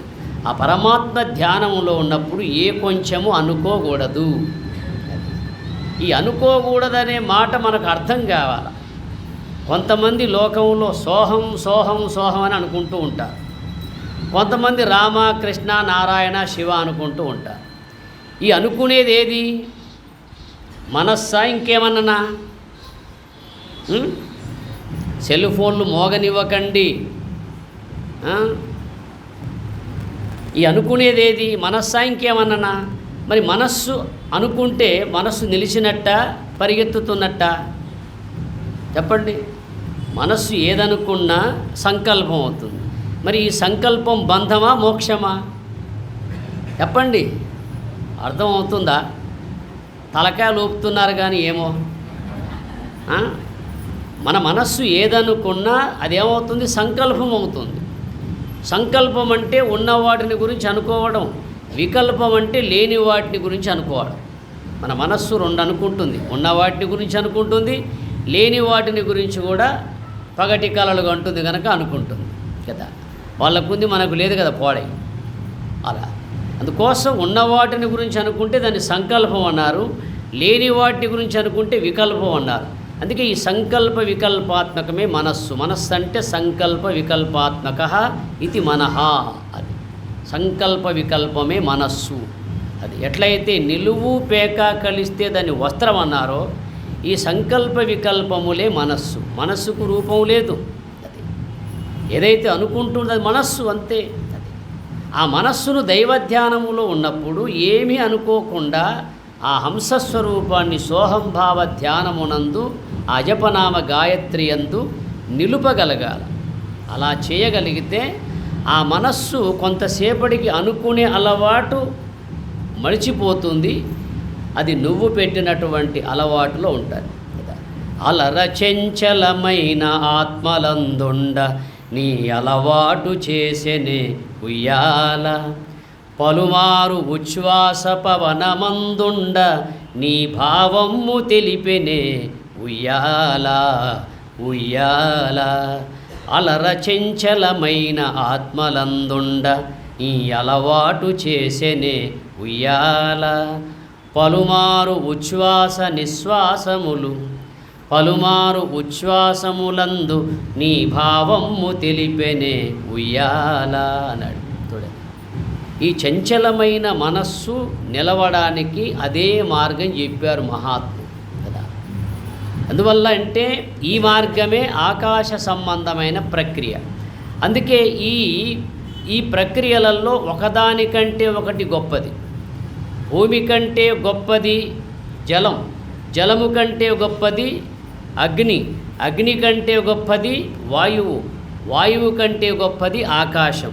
అట్లాగే పూజ కంటే గొప్పది అభిషేకం, అభిషేకం కంటే గొప్పది యజ్ఞం, యజ్ఞము కంటే గొప్పది జపం, జపము కంటే గొప్పది ధ్యానం. ఇప్పుడు ఏది కావాలా మీకు? గొప్పది కావాలా, తక్కువది కావాలా? గొప్పదే కావాలా. మరి గొప్పది కావాలన్నప్పుడు గొప్పగా మనం రుసుము చెల్లించాలి కదా. గొప్ప వస్తువు కావాలన్నప్పుడు గొప్పదిగానే దానికి తగిన రుసుము చెల్లించాలా. లోకంలో ఏ వస్తువుకైనా రుసుము చెల్లిస్తేనే అది లభిస్తుంది కదా. అట్లాగే గొప్పదైనటువంటి ఆ బ్రాహ్మీ స్థితిని, ఆ దైవ సాక్షాత్కారాన్ని పొందాలంటే ఎంతో శ్రమించాలి. అర్థమైందా?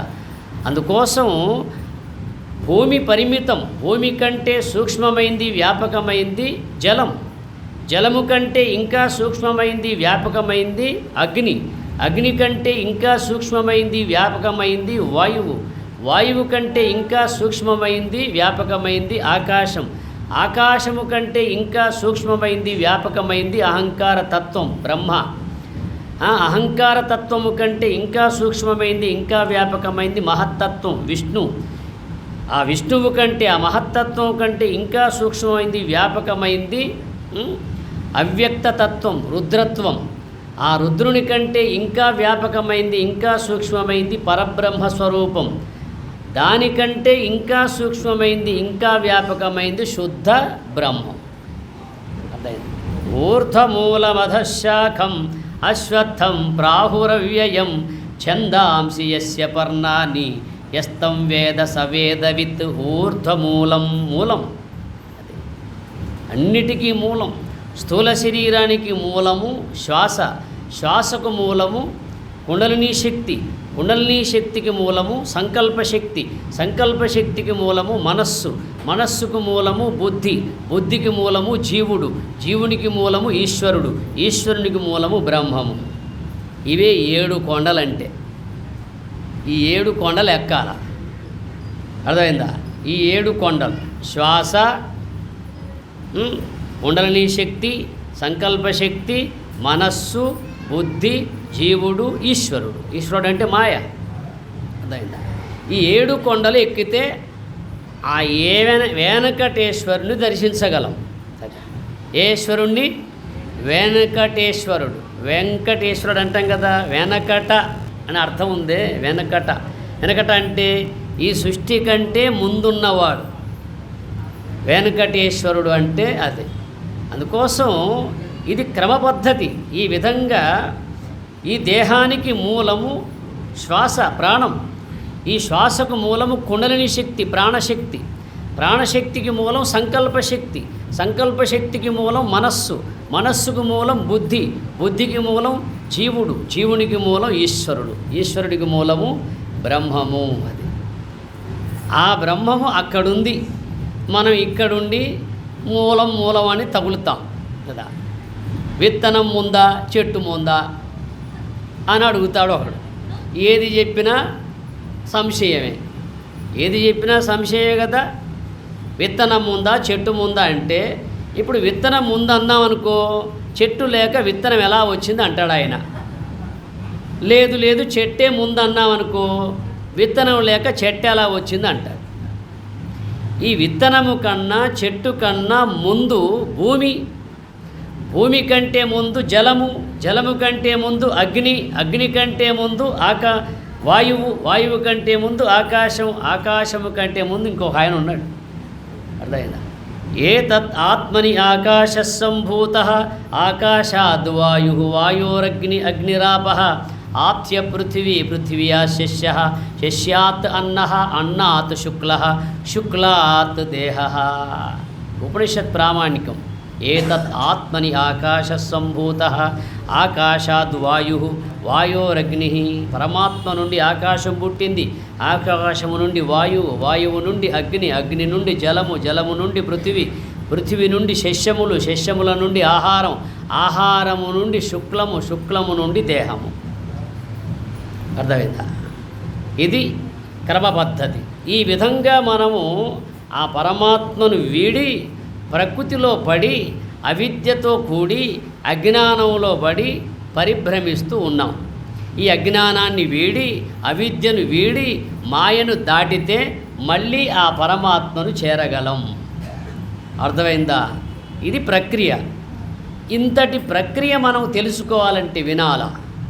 అర్థమైందా? వినగోరు వారల విమల చిత్తంబుల చచ్చర నీషుండు చిక్కుగాక, ఇతర శాస్త్రంబుల నీషుండు చిక్కునే మంచివారలకు నిర్మత్సరులకు. అది భగవత్స్వరూపము ఇతర శాస్త్రాలకు తెలియబడదు అన్నాడు. ఇతర శాస్త్రాలంటే వేదమున కంటే ఇతరమైన శాస్త్రాలు, వేద ప్రామాణికమున కంటే ఇతరమైన శాస్త్రాలతో భగవత్స్వరూపం తెలియబడదు. మనకు వేదాలు ఎన్ని? 4. ఋగ్వేద, యజుర్వేద, సామవేద, అధర్వణ వేద. ఈ 4 వేదాలలోని ఉపనిషత్తులన్నీ శాఖోపశాఖలుగా చేరి 1180 ఉపనిషత్తులు.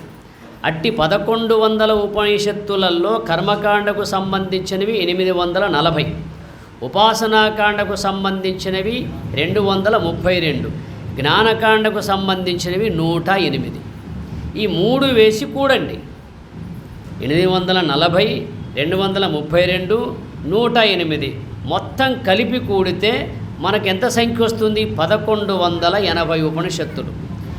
ఈ 1180 ఉపనిషత్తులలో అందులో కర్మకాండకు సంబంధించినవి. అర్థమైందా? కర్మకాండ అంటే ఇప్పుడు జీవుడు ఈనాడు ఒక పంట పండిస్తున్నాడంటే ఆ పంట ఎలా పండియాలో కూడా వేదమే చెప్పింది.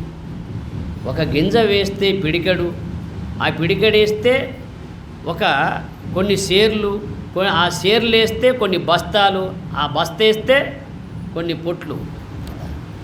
ఒక్క ఒరిగింజలో ప్రపంచమునకు కావలసిన బత్తెము దాగి ఉన్నది. ఒక్క ఒరిగింజలో ప్రపంచమునకు కావలసినంత బత్యము అందులో ఉంది కదా. ఒక ఒరిగింజ చేసామనుకో అవి పిడికడ అవుతాయి. ఆ పిడికడ చల్లితే కొన్ని కేజీలు అవుతాయి, కొన్ని కిలోలు అవుతాయి. ఆ కిలోలు చల్లితే కొన్ని క్వింటాలు అవుతాయి. ఆ క్వింటాలు చల్లితే అంటే భగవంతుని యొక్క సృష్టి చూడండి. ఒక్క ఒరిగింజ వేస్తే ఒక్కటే మొలిసిందనుకో మన గతి ఏం కావాలా?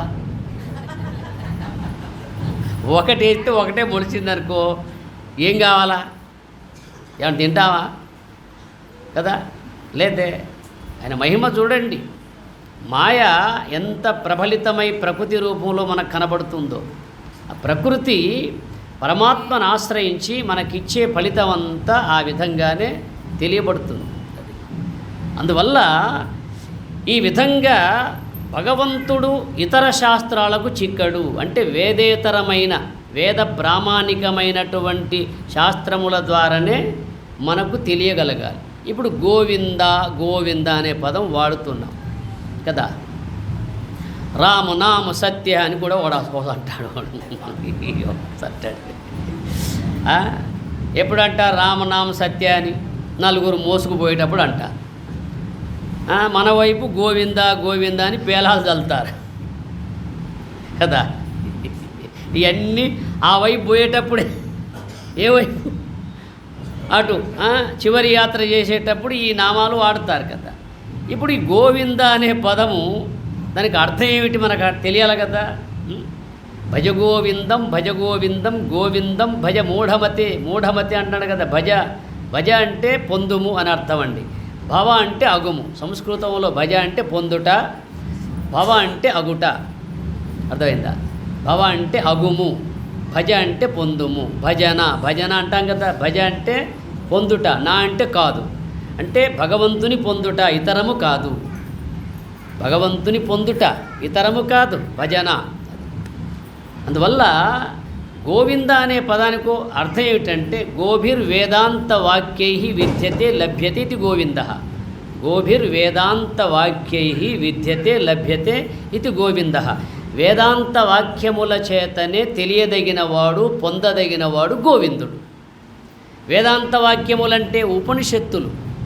వేదాంతములు అంటే ఉపనిషత్తులు, వేదము యొక్క అంతిమ భాగాలు, వేదము యొక్క చివరి భాగాలు. వేద అంతం, వేదాంతం.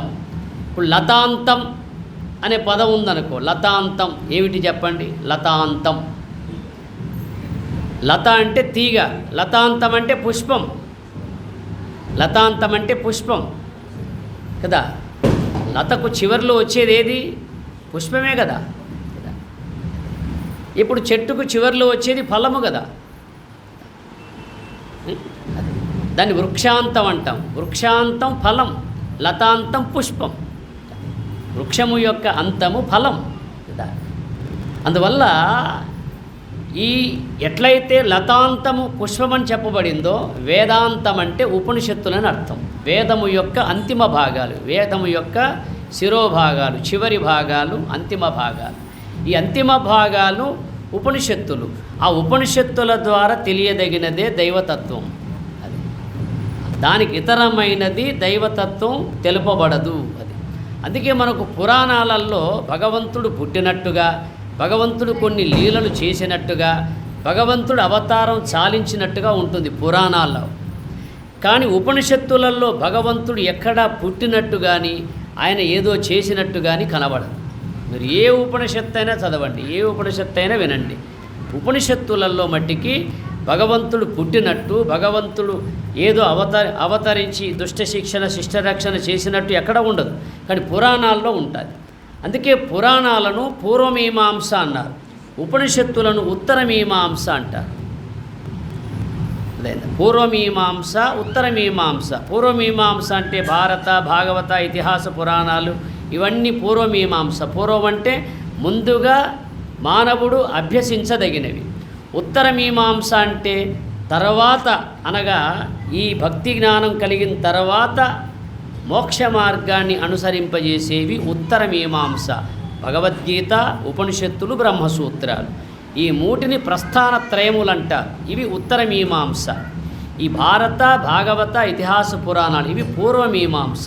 ఈ పూర్వమీమాంసలో భగవంతునికి సాకారం తెలియజేశారు. భగవంతుడు పుట్టినట్టుగా ఆయన లీలా విలాసాలు తెలిపినట్టుగా.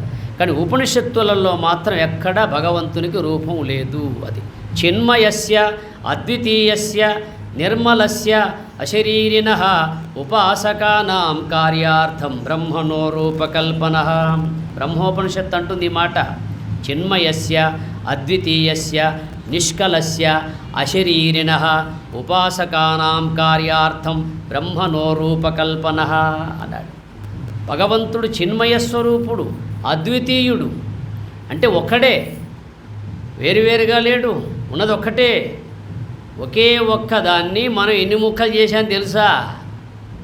ఉన్న ఒక్క భగవంతుణ్ణి ముందు ఆయన 4 ముక్కలు అయినాడు పాపం. సిక్కులు ఓ ముక్క చేసుకున్నారు, వాయుగురు అంటారు. మహమ్మదీయులు ఓ ముక్క చేసుకున్నారు, క్రైస్తవులు ఓ ముక్క చేసుకున్నారు, హిందువులు ఓ ముక్క తీసుకున్నారు. హిందువులు పరమాత్మ అంటారు, క్రైస్తవులు ప్రభు అంటారు, ముస్లింలు వాళ్ళు మా అల్లా అంటారు, వాళ్ళు వాయుగురువు అంటారు. ఆయన పాపం 4 ముక్కలైనాడు ముందు. మనకు వచ్చిన ముక్కలో ఎన్ని ముక్కలు చేసామో తెలుసా? 33 కోట్ల దేవతలు అంటాం మనం. మరి ఇన్ని ముక్కలు చేస్తే ఎప్పుడు అతకాలవ్వా? ఎవడు అతకాలా? ఇన్ని ముక్కలు చేసి కూర్చున్నాం కదా మనం, ఎవడొచ్చి అతకాలా? అందుకే వేమనంటాడు, ఇనుము ఇరిగనేని ఇమ్మారు ముమ్మారు అతుకవచ్చు వాడు కమ్మరీయుడు, వేల ముక్కలైన అతుక బ్రహ్మవశమే విశ్వదాభిరామ వినురవీమ. ఇనుము ఇరిగనేని ఇమ్మారు ముమ్మారు. ఇమ్మారు అంటే 2వసారి, ముమ్మారు అంటే 3వసారి. ఇనుము ఇరిగనేని ఇమ్మారు ముమ్మారు అతుకవచ్చు వాడు కమ్మరీయుడు. అతుకుతాడు ఆయన. ఇను ఒకసారి ఎరిగితే 2 సార్లు ఎరిగినా అతుకుతాడు.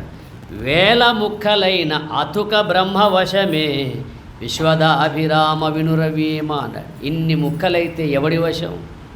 ఇన్ని ముక్కలు చేసుకోకున్నాం కదా 33 కోట్ల దేవతలని. చెప్పు. ఇట్లా అశాస్త్రీయమైన వాటిని సృష్టించుకొని కూర్చున్నాం మనం. ఏవైతే శాస్త్రములలో లేవో అవన్నీ దేవుళ్ళుగా మనం నమ్మేస్తున్నాం కదా. ఇలా చేసింది ఎవరు? మనమే. ఎందుకు చేశాము? అదే అజ్ఞానము, అవిద్య, తెలియనితనము. ఈ అజ్ఞానము, అవిద్య, తెలియనితనం ఉన్నంత వరకు దేవుడు ముక్కలు ముక్కలవుతాడు, మనం కూడా ముక్కలు ముక్కలుగానే ఉంటాం. ఈనాడు మానవుడు ఎన్ని విధములుగా విడిపోయాడో తెలుసా? మతపరంగా విడిపోయాడు, ఆచారపరంగా విడిపోయాడు, సాంప్రదాయపరంగా విడిపోయాడు, రాజకీయ పరంగా విడిపోయాడు, ప్రాంతీయ పరంగా విడిపోయాడు. అన్నీ విడిపోవడమే వీడికి తెలుసుకున్నాడు కదా. మతపరంగా, ఆచారపరంగా, సాంప్రదాయపరంగా, అట్లాగే రాజకీయ పరంగా కదా. అందరూ ఒక పార్టీ అయితే మంచిదే కదా, దేవుని పార్టీ పెట్టుకుంటే. అందరూ ఒకటే పార్టీ ఉంటే దేవుని పార్టీ అయితే బ్రహ్మాండంగా ఉండేది కదా. అట్లున్నారు ఎవరన్నా? ఎవరూ లేరు అట్లా కదా. అట్లాగే ఈ విధంగా విడిపోవడం కారణం ఏమిటి? మనం బంగారు కత్తెరలమైనాం. మనము ఏ కత్తెర అని తెలుసా? బంగారు కత్తెర అయినా సరే కత్తెర ఏం చేస్తుందండి? ఏకం చేస్తుందా? విడగొడుతుందా? సూది ఏం చేస్తుంది? ఏకం చేస్తుంది. చిన్న సూది ఏకం చేస్తుంది. అది బంగారు కత్తెరైనా సరే అది వేరు చేస్తుంది. అది ఈనాడు మానవుడు కత్తెరగా మారాడు కానీ సూదిగా మారడం లేదు. ఇక కొంతమంది సూదుల్లా కనపడతారు. ఇలా బెజ్జం లేని సూదులై. ఇప్పుడు బెజ్జం లేని సూది ఇంకా రంధ్రాలు చేస్తుంది కానీ ఏకం చేయదు. బెజ్జం ఉన్న సూది ఏకం చేస్తుంది. అది బెజ్జం అంటే జ్ఞానం. ఆ జ్ఞానములో విజ్ఞానం అనే దారం ఎక్కిస్తే ఏకమయ్యే అవకాశం ఉంటుంది. అది ఈనాడు మానవుడు కత్తెరగా మారిపోతున్నాడు కానీ చిన్న సూదిగా మారలేకపోతున్నాడు. కారణం ఈగో. తనకు అడ్డొచ్చేది ఏమిటంటే నేను అనే అహం. ఈ నేను అనే అహము కులపరంగా, ఆచారపరంగా, సాంప్రదాయపరంగా అన్ని విధాలుగా విడిపోవడమే జరుగుతుంది కానీ కలిసిపోవడం అనేది కావడం లేదు. కారణం ఏమిటంటే ఇదే అవిద్య, అజ్ఞానము, తెలియనితనం. ఇది ఉన్నంత వరకు మనం శాస్త్రీయమైన మార్గంలో పయనించం, అశాస్త్రీయమైన మార్గంలోనే పయనిస్తాం. అందువల్ల ఇతర శాస్త్రంబుల నీశుండు చిక్కునే మంచివారలకు నిర్మత్సరులకు కపట నిర్ముక్తులై కాంక్షసేయక ఇందు తగిలియుండుట మహత్తత్వ బుద్ధి. అయ్యా, ఈ భగవత్స్వరూపం ఎవరికి తెలియబడుతుందయ్యా అంటే మంచివారలకు నిర్మత్సరులకు. అది మంచివారలకు, మంచి అంటే పవిత్ర హృదయులకు, పవిత్ర హృదయులకు, కపటము లేని వారికి, కపట నిర్ముక్తులై కాంక్షసేయక కోరికలు లేని వారికి, పవిత్ర హృదయులకు, కపటం లేని వారికి, కోరికలు లేని వారికి ఆ భగవత్స్వరూపం దక్కుతుంది. వాళ్ళు దీనికి తగిలి ఉంటారు. దేనికి? ఈ ఆధ్యాత్మిక మార్గానికి తగిలి ఉంటారు. వాళ్ళ బుద్ధి మహత్తత్వ బుద్ధి, వాళ్ళకున్న బుద్ధి దాన్ని మహత్తత్వ బుద్ధి అంటారు. అది మంచివారలు, నిర్మత్సరులు, ఏ కోరికలు లేనివాళ్ళు. అది ఉన్నంతలో తృప్తిగా ఉండడమే, అంతకు మించిన సంపద లేదండి. సంతృప్తే సంపద. ఒక సినిమాలో నేను చూశాను, పూర్వం ఎప్పుడో నా చిన్నప్పుడు కదా.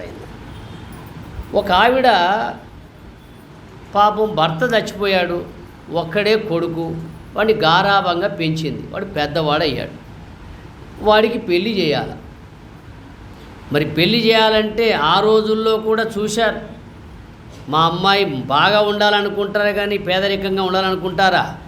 కానీ ఆ అత్తగారికి ఎప్పుడు ఈ బొడ్లో అంత తాళపు చెవిలో గుత్తున్నది.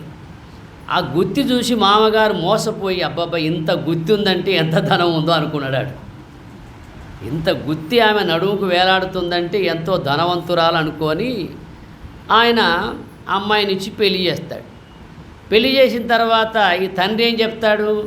అమ్మ, నువ్వు ఎట్టకేలకు మీ అత్తగారి గుత్తిని సంపాదించుకో, ఆమె పోకముందే ఆ గుత్తిని స్వాధీనం చేసుకుంటే అంతా నీ సొంతం అవుతుంది, ఇంకా ఆమె పెత్తనం ఏమిటి అని మామగారు చెప్తాడు. చెప్తే అత్తగారేం ఇవ్వదు, ఎందుకంటే ఏమీ లేదని ఆమెకు తెలుసు. పాపం ఆ గుత్తి ఉన్నదంటే ఆ రహస్యం ఒక వేరే ఉంది కదా. చెప్తా ఎట్లా అంటే, ఇప్పుడు ఆమెకు భర్త చనిపోయినప్పుడు ఏదో పాపం, అయ్యా ఏమి ఇచ్చావు నాకు, ఏమిటి అట్లా ఇట్లా అంటే ఆ చివరి దశలో సంతృప్తే సంపద అని ఒక మాట చెప్పాడు. ఆ మాట చిన్న కాగితం మీద రాసుకొని ఆమె ఏం చేసింది? పెట్టెలో పెట్టే చిన్న అగ్గిపెట్టెలో పెట్టి దాచుకుంది. ఈ పెట్టెలో పెట్టే ఇన్ని పెట్టెలు తెరవడానికి అన్ని తాళం చేతులు కావాలి కదా, అదే పెద్ద గుత్తి. అయితే ఈ కోడలు ఏం చేసింది? ఈ గుత్తి స్వాధీనం చేసుకోవాలని అత్తగారికి ఇష్టమైన వస్తువులో ఇంత మందు పెట్టేసింది. ఆమెకి ఏదో పాయసం, లడ్డూలు ఏవో ఇష్టం ఉంటాయి కదా, అది వండి పెట్టి వేసింది. అయితే ఈ అత్తగారు ఈ ఈ కోడలు వాళ్ళ తండ్రి పన్నుతున్న పన్నాగం బాగా విని, వీళ్ళేమో చేస్తట్టుంది నన్నని ముందే పసిగట్టి ఆ మామ తెచ్చినటువంటి విషం పొట్లం తీసేసి ఏదో మామూలు పొట్లం పెట్టింది, అది కలిపి ఈమె ఇచ్చేసింది. ఈ అత్తగారు చచ్చినట్టుగా నటించింది తప్ప చావల. ఎందుకంటే విషం పొట్లం మాయం చేసి మరో పొట్లం పెట్టింది కదా. అది చచ్చినట్టుగా నటించేసరికి అందరి మీద పడి ఏడవడం, ఈయన కూడా ఏడవడం. చిన్నగా ఆ గుత్తి తీసుకున్నారు. ఆ గుత్తి తీసుకొని, నాయన జరగవలసిన పనులు చూడాలా, మరి మన ఇంట్లో ఏమున్నో ఏం కథో చూసిరాపో అని లోనికి పోయాడు. కొడుకును అల్లుణ్ణి బిడ్డను ఆ లోనికి పొమ్మన్నారు. పోతే వాళ్ళు పెట్టెలో పెట్టి తెరిచి చూస్తే ఉంది చిన్న అగ్గిపెట్టె వెళ్ళింది. ఆ అగ్గిపెట్టెలో చిన్న చిట్టు వెళ్ళింది. ఆ చిట్టులో ఏముంది? సంతృప్తే సంపద. ఇంతే తప్ప ఇంకేం వెళ్ళాల. ఇన్నాళ్ళు ఈ గుత్తిని చూసి నేను ఇంత మోసపోయాను అనుకున్నాడు. అప్పుడు అత్తగారు లేచి కూకొని, అయ్యా ఇది నా పరిస్థితి, నేనేం పోలేదు, ఉన్నాను అన్నటువంటి విధానం. అంటే సంతృప్తి అనేది మానవునికి ఎప్పుడు లభిస్తుందంటే ఉన్నంతలో తృప్తి పడడు. నా ఖాతాలో ఇదే ఉంది, నాకు ఇదే ప్రాప్తం, ఇంతకు మించి నాకు లేదేమో, ఈశ్వరుడు నాకు ఇదే ఇచ్చాడు అన్నటువంటి సంతృప్తిని కలుగజేసేది వేదాంతం కదా. అభయస్థితిని కలుగజేసేది వేదాంతం. భయం ఉండదు. వేదాంత మార్గంలో ఉన్న వాళ్లకు భయం ఉండదండి. యమదూతల దర్శనం కాదు, వాళ్లకు దైవ దర్శనం కలుగుతుంది. ఇలాంటి వేదాంతం విన్న వాళ్లకు చివరి దశలో దైవ దర్శనం కలుగుతుంది. అందుకే వాళ్ళు కళ్ళు తెరిచి నోరు తెరిచి పోరు. ఇలాంటి చోటికి రాని వాళ్ళు ఉన్నారే, వాళ్లకు యమదూతల దర్శనం అవుతుంది. కళ్ళు తెరుస్తారు, నోరు తెరుస్తారు, ఎక్కడి నుంచో పోతాడు. అది కట్టి తెరుచుకు పోతారు మళ్ళీ వాళ్ళు. యమకింకరుల దలచిన నా గుండె ఆవులింపుచునున్నది, యముని బాధల మాన్పను మాయప్ప వైద్యుడవు నారాయణ. భగవంతుడు వైద్యుడు. ఏ వైద్యుడు? మన సూక్ష్మ శరీరానికి జ్ఞానం అనే మందునిచ్చే వైద్యుడు. అర్థమైందా? యమకింకరుల దలచిన నా గుండె ఆవులింపుచునుండును, యముని బాధల మాన్పను మాయప్ప వైద్యుడవు నారాయణ అంటాడు భక్తుడు. ఆ విధంగా పోతనమాత్యుడు రాసిన నారాయణ శతకంలో. అందువల్ల కపటము లేనటువంటి నిర్మల మనస్సు గల వారికి, కోరికలు లేని వారికి వాళ్ళ బుద్ధి మహత్తత్వ బుద్ధి. ఇందు తగిలియుండు మహత్తత్వ బుద్ధి, పరగనాధ్యాత్మికాది తాపత్రయంబు నడచి పరమార్థభూతమై అఖిల సుఖదమై సమస్తంబుగాకయుండు వస్తు వెరుగంగదగు భాగవతమునందు. వస్తు వెరుగంగదగు. మనకు ఏ వస్తువు కావాలా? ఆత్మ వస్తువు కావాలి. ఆత్మస్వరూపం ఎట్టిది అన్నటువంటి ఆ జ్ఞానం కావాలా. అట్టి వస్తువు ఈ శ్రవణజన్య జ్ఞానం వల్లనే లభిస్తుందండి. భగవత్స్వరూపం ఎలా ఉంది, ఏ విధంగా ఉంది అన్నటువంటి విషయం. అందుకే ఇలాంటి విషయాలు తెలిపి భక్తులను భవబంధ విముక్తిని చేసేవాళ్ళు గురువులు. అర్థమైందా? గురువులు ప్రియ శిష్యులకు పరమ రహస్యములు తెలియ పలుకుదురు, అచల స్థిర కళ్యాణం వెయ్యది పురుషులకును నిశ్చయించి బోధింపుదగన్ అని చెప్పారు. గురువులు ప్రియ శిష్యులకు పరమ రహస్యములు తెలియ పలుకుదురు, అచల స్థిర కళ్యాణం వెయ్యది పురుషులకును నిశ్చయించి బోధింపుదగన్. అది గురువులట అందరికీ చెప్పకుండా అతి రహస్యమైన విషయాలు ప్రియ శిష్యులకు చెబుతారట కదా. ఎందుకంటే ఆదిశంకరాచార్యులకు లక్షలాది మంది శిష్యులు ఉన్నారు, మనకు నలుగురే కనపడతారు. అస్తామలకుడు, పద్మపాదుడు, ఇంకా సురేశ్వరాచార్యుడు, తోటకాచార్యుడు అని నలుగురు కనపడతారు. రామకృష్ణ పరమహంసకు ఎంతోమంది శిష్యులు, వివేకానంద ఒక్కడే మనకు తెలుసు. బ్రహ్మం గారికి ఎంతోమంది శిష్యులు, సిద్ధుడు మాత్రమే మనకు తెలుసు కదా. ఎందుకంటే వీళ్ళు గురుసేవ చేసి గురువాజ్ఞ మీరకుండా ఆ మార్గంలో పయనించారు కదా. అందుకే మనకు పరమహంస గుర్తుకు రాగానే వివేకానంద గుర్తుకు వస్తాడు చూడండి. ఎట్లయితే రాముడు గుర్తుకు రాగానే ఎవరు గుర్తుకు వస్తారండి? ఆంజనేయ స్వామి గుర్తుకు వస్తాడు కదా.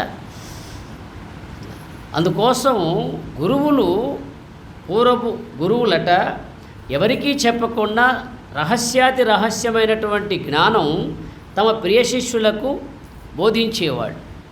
ఇక కొంతమంది ఉంటారు గురువులు తమకును లోబడు తెరువులు చెప్పుదురు, విష్ణు దివ్య పదవికిన్బోయడు తెరువును చెప్పరు, చీకటి బరువులు పెట్టంగ నేల బాలకులారా. అది వాడంటాడు, రాక్షస కులంలో పుట్టిన ప్రహ్లాదుడు, ఒరే బాలకులారా, ఒరి పిల్లలారా, ఈ గురువులు ఉన్నారే వీళ్ళు త్రివర్గాలు మాత్రమే చెబుతారు. ధర్మేచ, అర్థేచ, కామేచ, ఈ 3 మార్గాలే చెబుతారా. 4వది మోక్షం మార్గం చెప్పరు వీళ్లకు తెలియదు. ఈ చీకటి బరువులు పెట్టంగా నేల బాలకులారా అంటారు. వీళ్ళు చీకటి మార్గాన్ని బోధిస్తారు, వీళ్ళు జ్ఞాన మార్గాన్ని, పగటి మార్గాన్ని బోధించరు అని చెబుతాడు. చూడండి, చీకటి మార్గం అంటే అజ్ఞాన మార్గం, పగటి మార్గం అంటే జ్ఞాన మార్గం. అర్థమైందా? అందువల్ల ఈ అజ్ఞాన మార్గం బోధించేది కపట గురువులు. ఈ కపట గురువులు, కళ్ళ గురువులు ఉంటారు కదా, వాళ్ళు ఏదో చెబుతారు. అందుకే కళ్ళ గురులు తెలుపు కర్మ చేయము, మధ్య గురుడు తెలుపు మంత్ర చేయము, ఉత్తమ గురుడు తెలుపు యోగ శాస్త్రంబురా, విశ్వదాభిరామ వినురవీమ. కళ్ళ గురులు తెలుపు కపట. చూడండి, ఈ కపట గురువులు అంటే వాళ్లకు ఏదో ఒక విధానాన్ని అనుసరింపమని చెబుతారు. 4 రస్తాల కాడ, 3 రస్తాల కాడ నిమ్మకాయలు కోయండి, ఇది చేయండి, అది చేయండి, ఈ భూత ప్రేత పిశాచాల గురించి వాళ్ళు చెప్పేస్తారు, మనం నమ్మేస్తాం. ఇక మధ్య గురువులు ఏదో ఒక మంత్రం చెబుతారు, మంత్రోపదేశం చేసి ఈ మంత్రాన్ని జపించండి, ఇన్నిసార్లు జపించండి, ఇన్ని వేలు జపించండి, మీకు మేలు కలుగుతుంది. ఉత్తమ గురువులు చెప్పరు. ఉత్తమ గురువులు ఆ యోగ మార్గాన్ని, ధ్యాన మార్గాన్ని చెబుతారండి. అది ఉత్తమ గురువుల యొక్క లక్షణం. అర్థమైందా? ఎట్లా అంటే మీకు విషయం చెప్తాను. ఒక కుటుంబం, భార్య, భర్తలు, పిల్లవాడు, వాళ్ళకు కొడుకు, తల్లి, ముసలమ్మ, ఈ నలుగురు కలిసి యాత్ర చేస్తూ తిరుపతికి పోతున్నారు. పాపం నాయనమ్మ మనవడిని ఎత్తుకొని ఒక డబ్బాలో ఎక్కింది, ఒక బోగీలో. ఈ భార్యాభర్తలు ఒక డబ్బాలో ఎక్కారు. అర్థమైంది? ఈ భార్యాభర్తలు ఒక డబ్బాలో ఎక్కారు, ఈ నాయనమ్మ మనవడిని ఎత్తుకొని ఒక డబ్బాలో ఎక్కింది. ప్రయాణం సాగుతూ ఉంది. ఆ డబ్బాలోకి కొంతమంది తినుబండారాలు అమ్మేవాళ్ళు వస్తారు కదా, చాక్లెట్లు, బిస్కెట్లు, అవే ఇవో అమ్మేవాళ్ళు వచ్చినప్పుడు ఈ పిల్లవాడు గొడవ చేస్తున్నాడు. నాయనమ్మ నాకు బిస్కెట్ కావాలా, నాయనమ్మ నాకు చాక్లెట్ కావాలి. ఒరే నాయన, మీ నాయన అమ్మ ఆ డబ్బాల్లో ఉన్నారా, నా దగ్గర డబ్బులు లేవరా అని ఈ నాయనమ్మ అంటు. అప్పుడు ఏం చేస్తుంది, ఈ పిల్లవాని ఏడుపుకు తట్టుకోలేక ఆ అమ్మ ఆ బిస్కెట్ల వాడు చూడకుండా 2 బిస్కెట్లు దొంగతనం చేసి పిల్లవాడికి ఇస్తుంది. పాప ఎన్నడూ ఆమె దొంగతనం చేసింది కాదు, మంచి సంస్కారవంతురాలు. కానీ మనవాడి ఏడుపు తట్టుకోలేక ఆ 2 బిస్కెట్లు చేసి పిల్లవాడికి ఇచ్చింది. ఎట్లో అట్లా తిరుపతి చేరుకున్నారు. ఆ కోనేట్లో స్నానం చేశారు, దైవ దర్శనం చేసుకోవడానికి పోయారు. కళ్ళు మూసుకుంది అవ్వ, బిస్కెట్లే గుర్తుకొచ్చినాయి. ఆ బిస్కెట్లే గుర్తుకొస్తున్నాయి. ఎప్పుడు ఏం చేయలేదుగా పాపం. చూడండి, ఏం చేయాలా, సరే పోనీ అనుకోని ఊకుంది. మళ్ళీ ఇంకో దేవుడి దగ్గర అక్కడ కొన్ని ఉంటాయి కదా, అక్కడ కళ్ళు మూసుకోని బిస్కెట్లే. ఈ బిస్కెట్ దర్శనమే అయింది తప్ప అవ్వకు ఇంకే దర్శనం గాట్ల. ఇంటికి వచ్చింది, కొన్ని రోజులు అయింది. ఆ పూజా గదిలో కళ్ళు మూసుకున్నా బిస్కెట్లే, జపమాల పట్టుకున్నా బిస్కెట్లే, ఏది చేయాలన్నా బిస్కెట్లే. మరి అప్పుడు ఏం చేయాలా, ఈ బిస్కెట్ బెడద పోవాలని ఓ సిద్ధాంతిని పిలిపించి, అయ్యా నేను ఈ పని చేశాను, ఈ బిస్కెట్ నాకు గుర్తుకొస్తుంది, దీన్ని లేకుండా చేయండి అంటే ఆయన ఒక పెద్ద యజ్ఞం పెట్టాలని చెప్పాడు. ఆయన పెద్ద యజ్ఞం పెట్టాలమ్మా, ఇది వట్టిగా పోయేది కాదు, నవగ్రహ పూజ చేద్దాం, యజ్ఞం పెడతాం, బిస్కెట్ బాధ పోద్ది, నువ్వు ప్రశాంతంగా ఉంటావని. మరి ఎంత ఖర్చు అవుతాయంటే ఓ 10,000 అవుతుందమ్మా అని చెప్పి. ఎందుకంటే 2-3 బ్రాహ్మణులు రావాలా, మరి సామాగ్రి ఉంటుంది, ఓ 10,000 అవుతుందంటే ఉన్నవులే కదా, ఏం కాదు సరే పని అని 10,000 ఇచ్చి యజ్ఞం చేయించింది. యజ్ఞం చేయించిన తర్వాత ఆ యజ్ఞగుండం చుట్టూ తిరిగి ప్రదక్షిణ చేసి కళ్ళు మూసుకుంది. మళ్ళీ ఆ బిస్కెట్ ఆ బిస్కెట్ ఏం పోలా. అయ్యా బిస్కెట్ మరి గుర్తుకొచ్చిందంటే, అమ్మ ఇప్పుడే పోద్దా, యజ్ఞఫలం దేవతలకు అందాలి కదా, ఇప్పుడే చేశాం యజ్ఞం, అప్పుడే అందుతుందా దేవతలకు, అందదు అని చెప్తాడు, పోతాడు. మళ్ళీ కొన్నాళ్ళు జరిగింది, ఏం చేయాలి, బిస్కెట్ బోట్ల. మల్లో సిద్ధాంతిని ఆశ్రయించింది పాప అవ్వ. మల్లో సిద్ధాంతిని పండితుడిని ఆశ్రయిస్తే ఆయన ఏం చెప్పాడు, వాడికి ఏం తెలుసు, ఇంతకుముందు చేసినోడిని అంటాడు, వాడికి ఏం తెలుసమ్మా, వాడు నిన్న మొన్న వాడు ఏదో పురోహితం నేర్చుకున్నాడు, నేను చేస్తా చూడు, పంచబ్రాహ్మణుల పెట్టి పంచభూతాలకు స్వస్తి చెప్పించే ప్రయత్నం చేస్తాను, మరి ఒక 50,000 ఖర్చు అవుతుందని చెప్పాడు. అది ఓ 50,000 ఖర్చు అవుతుందని చెప్పాడు. అది వాడికి ఏం తెలుసు, నేను చేస్తా చూడు అని. అప్పుడు 50,000 ఖర్చు పెట్టి యజ్ఞం చేయించింది పాపం. యజ్ఞం చేయించింది, పర్వాలా. ఆ యజ్ఞ ప్రసాదం తీసుకొని కళ్ళు మూసుకునేసరికి మళ్ళా అదే గుర్తుకొచ్చింది. ఇంకేం చేయాలా? ఇట్లా ఒక సిద్ధాంతిని ఆమె ఆశ్రయించి లక్షలు ఖర్చు పెట్టింది. బిస్కెట్ బాధ మాత్రం పోల. ఎవరో ఒక మహానుభావుడు ఇలాగే వచ్చి వేదాంత తత్వజ్ఞానం చెబుతున్న మార్గం వెళ్ళి ధ్యాన మార్గం తెలుసుకుంటే అప్పుడు ఆ బిస్కెట్ బెడద పోయినట్టు మనకు ఆ కథారూపంలో తెలియబడుతుంది. ఎందుకంటే మనస్సు ఎక్కడో ఒక చోట నిలబడితేనే దాన్ని మర్చిపోతుంది, నిలబడకపోతే మర్చిపోదండి. అందుకే ఆచారం అనేది ఉంది. ఆచారం అనేది ఒక పద్ధతి. ఆచారాన్ని సృష్టించే వాళ్ళు ఆచార్యులు అంటారండి. అర్థమైందా? జ్ఞానాన్ని ప్రబోధించే వాళ్ళను గురువులు అంటారు. అర్థమైందా? గురువులు అంటారు. అందుకే గురువులు రాసిన వ్యాఖ్యానం చూడండి మీరు భగవద్గీతకు, కొంతమంది పండితులు రాసిన వ్యాఖ్యానం చూడండి, తేడా ఉంటుంది. అవే శ్లోకాలు ఉంటాయి, కానీ ఆ శ్లోకాలకు భాష్యం గురువులు రాసిన తత్వం వేరే ఉంటుంది, అంతరార్థంగా కొంచెం గూఢంగా ఉంటుంది. అదే ఒక పండితులు రాసిన అర్థం ఒక సాంప్రదాయాన్ని, ఆచారాన్ని అనుసరించే విధంగా ఉంటుంది. అందుకోసం ఈ విధమైనటువంటి విధానం మనం చూస్తూ ఉంటాం. అర్థమైందా? ఆచారం అనేది ఎలా పుట్టుకొస్తాయంటే మన కంటితో చూసి ఓహో ఇది ఆచారం అనుకుంటారు కొంత. ఎట్లా అంటే ఓ మహానుభావుడు పూర్వం ఏదో దూర ప్రాంతం నుంచి నడిచొస్తున్నాడు. ఒక సన్యాసి, సాధు మహాత్ముడు నడిచొస్తూ ఉండగా ఆయనకు అలసట అయిపోయింది, దాహం అవుతుంది, ఆకలి అవుతుంది, ఏమీ లేదు. సరే స్నానమన్నా చేద్దామని ఒక చోట నది ప్రవహిస్తూ ఉంటే ఆ నది ఒడ్డుకు పోయి స్నానం చేయడానికి ఆయన ఉన్నాడు. అయితే ఈ సాధు సంతుల దగ్గర కొన్ని వస్తువులు ఉంటాయి, మరచెంబు, కమండలం అదేవే ఉంటాయి కదా, ఇవన్నీ ఉన్నాయి. ఈయన స్నానం చేయాలని ఆ నది తీరానికి వెళ్ళేసరికి ఈయన వస్తువులన్నీ ఒడ్డున పెట్టి లోనికి పోబోతున్నాడు స్నానం చేయడానికి. అప్పుడే 2 బస్సులు దిగాయి. వాళ్ళు యాత్రా బస్సులు. ఆ యాత్రా బస్సులు జనం దిగుతారు కదా, ఈ జనం నా వస్తువులు ఏమైనా పట్టుకుపోతారని ఆ కమండలం ఉంది కదా, ఆ కమండలము అది ఇది ఇసుకలో పెట్టి కుప్ప చేశాడు. ఈ కుప్ప చేస్తూ ఉండగా వాళ్ళు చూశారు పాపం దూరంగా. వాళ్ళు ఏమనుకున్నారు, ఓహో ఈ నదిలో స్నానం చేస్తే ఇసుకతో లింగాలు చేయాలేమో అనుకున్నారు.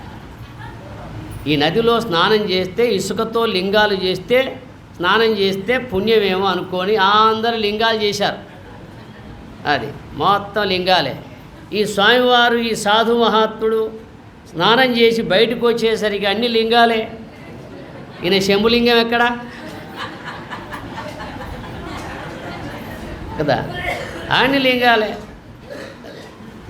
దీనికే ఆచారం గ్రాహతీత్యాచార్య, ఆచారమును ఒక పద్ధతిని తెలుపువాడు ఆచార్యుడు అంటారు. గురువు అంటే స్వయం తీర్ణాహ అన్యాన్ తారయంతః, తాను తరించి ఇతరులను తరింపజేసేవాడు గురువు అన్నాడు. అర్థమైందా? అందుకోసం అన్ని లింగాలు ఆయన కొల్లగొట్టి తీసుకునేసరికి తలపానం తోక్కొచ్చింది. అన్ని లింగాలు కొల్లగొడితేనే ఈయన వస్తువులు దొరుకుతాయి. వాళ్ళు అన్ని లింగాలు చేసిరి, స్నానం చేసిరి, పోయిరి. ఈయన ఒడ్డుకొచ్చేసరికి అన్ని లింగాలే కదా. వాళ్ళు ఏమనుకున్నారు, ఈ నదిలో స్నానం చేసేవాళ్ళు ఈ విధంగా ఇసుకతో లింగాలు చేసి స్నానం చేస్తే పుణ్యం అనుకున్నారు. వాళ్ళు అట్లా అనుకున్నారు. ఈయనేమో తన వస్తువులు పోతే మళ్ళీ ఎక్కడ ఇబ్బంది పడాలని ఈయన దాచుకోవడానికి ఈయన లింగం ఒక కుప్ప చేశాడు. ఆ కుప్పను లింగం అనుకున్నారు వాళ్ళు, ఇంత పని పెట్టారు వాళ్ళు. ఇదంతా ఈ ఆచారాలు ఈ విధంగా పుట్టుకొస్తూ ఉంటాయి. ఇది చేస్తే పుణ్యం, అది చేస్తే పుణ్యం, అలా చేయాలా, ఇలా చేయాలనేవి కొన్ని చూసి విని నేర్చుకుంటాం. ఇవన్నీ మన మనస్సును కొద్దిపాటి క్షణకాలం తృప్తిపరిచే విధానమే తప్ప ఈ ఆచారాలు నీకు జ్ఞానాన్ని ఇవ్వవు, మోక్షం వైపు పోయే అవకాశము లేదుగాక లేదు. నాహం యజ్ఞైర్న తపసా నదానేన నచేజ్యయ శక్య ఏవ విదో ద్రష్టుం దృష్టవానసియన్ మమ అన్నాడా లేదా? ఎక్కడన్నాడు? విశ్వరూప సందర్శన యోగంలో చివర్లో అన్నారు. అదండి, విశ్వరూప సందర్శన యోగంలో భగవానుడు అన్నాడు ఈ మాట. నాహం వేదై న తపస నగ్న అన్నాడా లేదా? అది యజ్ఞయాగాదులు చేసినా, దాన ధర్మాలు చేసినా, ఏ పుణ్యకార్యాలు చేసినా నేను పొందదగిన వాడిని కాదు. భక్త్యా త్వనన్యయా శక్య, భక్త్యా త్వనన్యయా శక్య. అది అనన్య భక్తి చేతనే నేను పొందగలను అంటాడు. అనన్యము అంటే, అన్యము అంటే ఇతరము, నీకంటే వేరుగా ఉంటే అన్యము, నీలోనే ఉన్నాడు గనక అనన్యము. నిన్ను విడిచి లేడాయన. అనన్య భక్తి అంటే నీకంటే వేరుగా, అన్యమంటే ఇతరము, అన్యమనే పదానికి ఇతరము, అన్యము అంటే ఇతరము. నీకంటే వేరుగా భగవంతుడుంటే దాన్ని ఇతరము అన్నారు. నీలోనే భగవంతుడు ఉన్నాడు గనక దాన్ని అనన్యము అన్నారు. అనన్య భక్తి చేతనే అంటే కేవల అంతర్ముఖ వృత్తి చేతనే నేను పొందదగిన వాణ్ణి, నేను బహిర్ముఖ వృత్తులకు చిక్కను. అర్థమైందా? అందుకోసం భగవంతుడు బయట ఉన్నాడని పరిగెత్తడం బాహ్యభక్తి, తనలోనే ఉన్నాడని తెలుసుకోవడం అనన్య భక్తి, తనలో ఉన్నటువంటి యొక్క ఆ భగవత్ సాక్షాత్కారాన్ని పొందడం ఏకాంత భక్తి. బాహ్యభక్తి, అనన్యభక్తి, ఏకాంత భక్తి. అది అన్ని అంతరించి, అన్ని అంతరింపజేసుకొని జ్ఞానేంద్రియాలు, కర్మేంద్రియాలు, మనోవృత్తులు, బుద్ధివృత్తులు, చిత్తవృత్తులు, అహంకార వృత్తులు ఇవన్నీ అంతరించిన పిమ్మట ఏదైతే మిగిలి ఉంటుందో దాన్ని పొందడము, దాన్ని ఏకాంత భక్తి అంటారు. అర్థమైందా? అనన్య భక్తి అంటే నీకు ఇతరం లేడాయన, నీలోనే ఉన్నాడు. బాహ్య భక్తి అంటే భగవంతుడు ఎక్కడో ఉన్నాడని పరిగెత్తడం. భగవంతుడు ఎక్కడో ఉన్నాడని పరిగెత్తడం దీన్ని బాహ్యభక్తి ఎందుకన్నారంటే, బయటికి పోతూ ఉంటే మనస్సు, ఇంద్రియాలు కదులుతూ ఉంటాయి. మనోజయము, ఇంద్రియజయము కలిగితేనే నేను కనపడతానని చెబుతున్నాడు కదా. ఉపనిషత్తుల్లో కానీ, భగవద్గీతలో కానీ, బ్రహ్మసూత్రాల్లో కానీ, ఇతిహాస పురాణాల్లో కానీ నేను ఈ విధంగానే తెలియబడతాను తప్ప మరో విధంగా నేను తెలియబడను అంటున్నాడు కదా. మరి ఆ మాట మనకు ఎంతవరకు అర్థమవుతుంది? విచారిస్తున్నామా? అందుకే ఈ ఆచారము కేవలము భగవత్ స్వరూపము మనం ఉపాసించే కొరకే పెట్టుకున్నాం. ఆయనకు రూపం లేదు. అశరీరినః నిష్కలస్య చిన్మయస్య అద్వితీయస్య నిష్కలస్య అశరీరినః, శరీరము లేనివాడు ఆత్మస్వరూపుడు. ఉపాసకానాం కార్యార్థం బ్రహ్మణో రూపకల్పన, ఉపాసకుని కొరకు బ్రహ్మమునకు రూపం కల్పింపబడింది, భక్తుని కొరకు భగవంతునికి రూపం కల్పింపబడింది. అర్థమైందా? ఎందుకంటే ఒక పటం పెట్టుకుంటాం, అక్కడ చూసి పూజ ప్రారంభిస్తాం. ఒక ఆకారాన్ని చూసి మన కళ్ళు చూస్తాయి, మన చెవులు వేదమంత్రాలు వింటాయి, మన ముక్కు సుగంధాన్ని ఆస్వాదిస్తుంది, మన నోరు ఒక సుశబ్దాలను పలుకుతుంది. ఈ విధంగా సర్వేంద్రియములతో చేసే ప్రక్రియ భక్తి, బాహ్య పూజ. అర్థమైందా? కేవలం అంతరింద్రియముతో గ్రహించేది అనన్య భక్తి. మనం వింటున్నాం కదా ఇప్పుడు కదా. మీరు పూజ చేయాలంటే జ్ఞానేంద్రియాలు పనిచేయాలా, కర్మేంద్రియాలు చేయాలా? మీరు భగవంతుని గురించి వినాలంటే కేవలం జ్ఞానేంద్రియాలు పనిచేస్తే చాలు కదా. మీరు ధ్యానం చేయాలంటే కేవలం ఒక మనస్సు పనిచేస్తే చాలు. ఇక మనస్సుతో పని ధ్యానం, అంతరింద్రియాలతో పని శ్రవణం, బాహ్యేంద్రియాలతో పని పూజ. అదే ఈ విధంగా ఒకదానికంటే ఒకటి ఉన్నతమైనది, ఉత్తమమైనది ఉన్నది కదా. శ్రేయో హి జ్ఞానమభ్యాసాత్ జ్ఞానాధ్యానం విశిష్యతే ధ్యానాత్ కర్మఫలత్యాగ త్యాగాశ్చాంతిరనంతరం. ఈ శ్లోకం యొక్క అర్థం బంగాళాఖాతం అంత చెప్పాలి. అర్థమైందా? సమయం దగ్గర పడింది కనుక అందువల్ల ఈ విధంగా మనకు గురువులు అనేవాళ్ళు ప్రియ శిష్యులకు, యోగ్యులకు, అర్థమైందా, యోగ్యులైన వాళ్లకు చెబుతారండి. యోగ్యులు అంటే ఇప్పుడు అర్హత అంటారు, దాన్ని అర్హత అంటారు. ఈ అర్హత గలవాడికి మాత్రమే ఈ బ్రహ్మ విద్య అబ్బుతుంది. ఎట్లా అంటే ఇప్పుడు సింహము పాలున్నాయే, సింహము పాలు బంగారు పాత్రలో పడితేనే ఉంటాయట, ఇంకా ఏ పాత్రలో పట్టినా కూడా చిల్లులు పడి పోతాయట. ఒకసారి పట్టి చూడండి.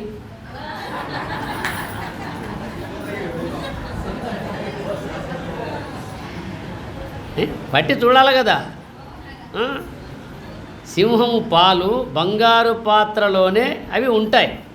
ఇక మిగతా ఏ పాత్రలో పట్టినా చిల్లులు పడిపోతాయి, అంత పవర్ఫుల్. ఎందుకు చెప్పారు ఈ ఉపమానం? అట్లాగే బ్రహ్మ విద్య బ్రహ్మజ్ఞానం కూడా యోగ్యుడైన వాని హృదయంలోనే నిలుస్తుంది, అయోగ్యునికి ఇది నిలవదు. అదే అందుకోసం అట్టి యోగ్యత మనం సంపాదించుకోవాలి. అందుకే గురువులు అనేవాళ్ళు నిరపేక్షం మునిం శాంతం నిర్వైరం సమదర్శనం అనువ్రజామ్యహం నిత్యం పూజయే త్వంఘ్రిరేణుభి. అది వాంఛలు లేని శాంతస్వరూపుడు, వైరము లేని సమదర్శనుడు, మునీశ్వరుడగు మహాత్ముని అనుసరించి నేనున్నాను, ఆ మహనీయుని పాదధూళి చేత ఈ జగత్తు పవిత్రమవుతుంది నారదా అని సంస్కృత భాగవతంలో ఉంటుంది. భగవంతుడు అంటున్నాడు, నేను ఎవరి వెంట ఉంటానంటే ఎవరైతే అపేక్షించరో, ఆశలు లేరో, శాంతస్వరూపులో, వైరం లేనివారో, ఎవరి పట్ల వైరం లేనివారో, ఎప్పుడు నన్ను అనుసరిస్తూ ఉంటారో వాళ్ళను మాత్రము ఆశ్రయించి నేనుంటాను అంటాడు. భగవంతుడు వారి వెంట తగులుతాడట. మరో చోట ఉంటుంది, గోవు వెంట తగులు కోడె భంగి, గోవు వెంట తగులు కోడె భంగి. అది గోవు వెంట కోడె ఎట్లయితే తగులుతుంటుందో మహాత్ముల వెంట భగవంతుడు తగిలి ఉంటాడు. మీరు చూడండి, రామాయణంలో ఒక దృశ్యాన్ని మీరు బాగా గమనించండి. రాముడు ముందు నడుస్తాడు, లక్ష్మణుడు వెనక నడుస్తాడు, మధ్యలో సీత ఉంటుంది. లక్ష్మణుడికి ఒకటే ఆరాటం, ఎప్పుడు రాముణ్ణి చూడాలనే ఆరాటం ఉంటుంది. కానీ మధ్యలో మాయ చూడనివ్వదు కదా, మధ్యలో మాయ చూడనివ్వదు. లక్ష్మణుడంటే లక్ష్యతేతి మనః ఇది లక్ష్మణ, లక్ష్యము గల మనస్సు. ఎందుకంటే ఊర్ములను నిద్రపుచ్చాడు, ఊర్ములను. ఆయన భార్య పేరు ఏం పేరు? ఊర్మిళ. ఊర్ములు, షడ్ఊర్ములు ఉన్నాయి మనకు షడ్ఊర్ములు ఉన్నాయి. అంటే షడ్భావ వికారాలు. ఈ షడ్భావ వికారాలను మనం జయించగలగాలి. ఇంకోటి, షడ్భావ వికారాలు దేహానికి ఉన్నాయి. షట్ ఊర్ములంటే ఆకలి దప్పులు, సుఖదుఖాలు, జయాపజయాలు, ఇవి ద్వంద్వములు. ఈ ద్వంద్వములను ఎవడైతే జయించగలుగుతాడు, ద్వంద్వాతీతం గగన సదృశం చెప్పారు కదా, ఈ ద్వంద్వములను.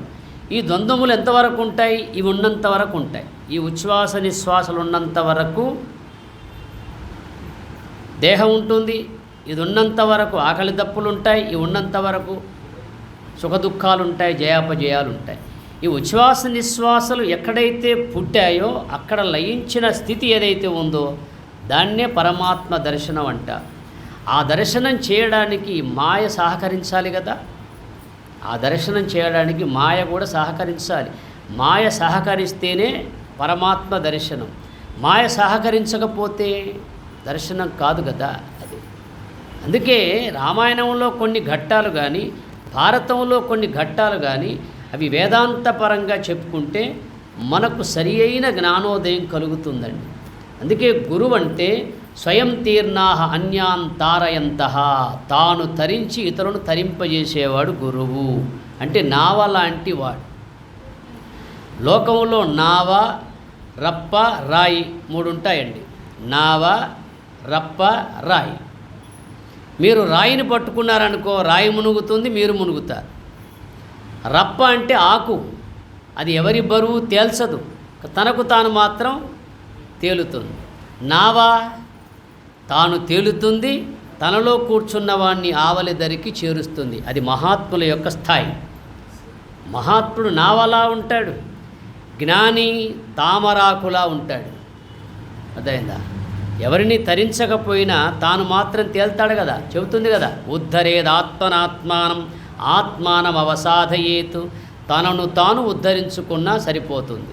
లోకాన్ని ఉద్ధరింపజేస్తే ఇంకా అతడు గురువే. లోకాన్ని ఉద్ధరింపజేసేవాడు గురువు, తనను తాను ఉద్ధరించుకునేవాడు జ్ఞాని. అది అందువల్ల రాయిని ఆశ్రయించితే రాయి మునుగుతుంది, నువ్వు మునుగుతావు. నావను ఆశ్రయించితే ఆవలి ఒడ్డు చేరుతావు. సంసారసాగరం ఘోరం తర్తుమిచ్చతి యో నరః గీతానావం సమాసాధ్య పారం యాతి సుఖేన సహ. సంసారసాగరం ఘోరం తర్తుం ఇచ్చతి యో నరః.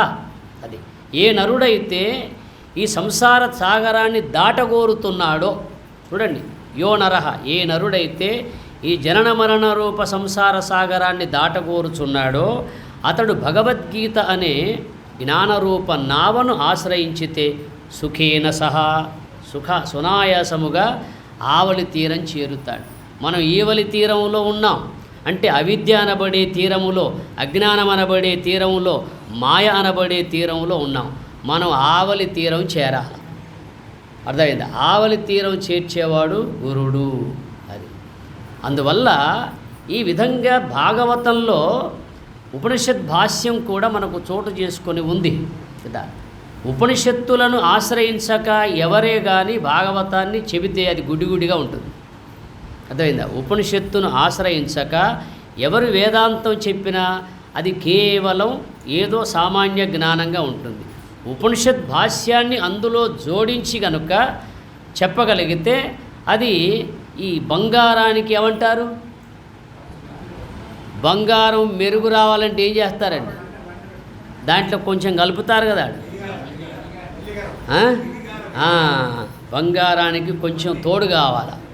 అది వట్టి బంగారమే శుద్ధ బంగారం చేయించుకొని పెట్టుకుంటే అది మెరవదు. మెరుస్తుందా? పిండి పిండి కనపడుతుంది. ఆ బంగారానికి కొంచెం వాడు పెడతాడు, అది మెరుస్తుంది. అది అట్లాగే బోధరూప జ్ఞానం కూడా మనలో ప్రకాశించాలంటే ఈ ఉపనిషత్ భాష్యాన్ని కూడా జోడించి మహాత్ములు ఆ విధంగా మనకు తెలిపారు.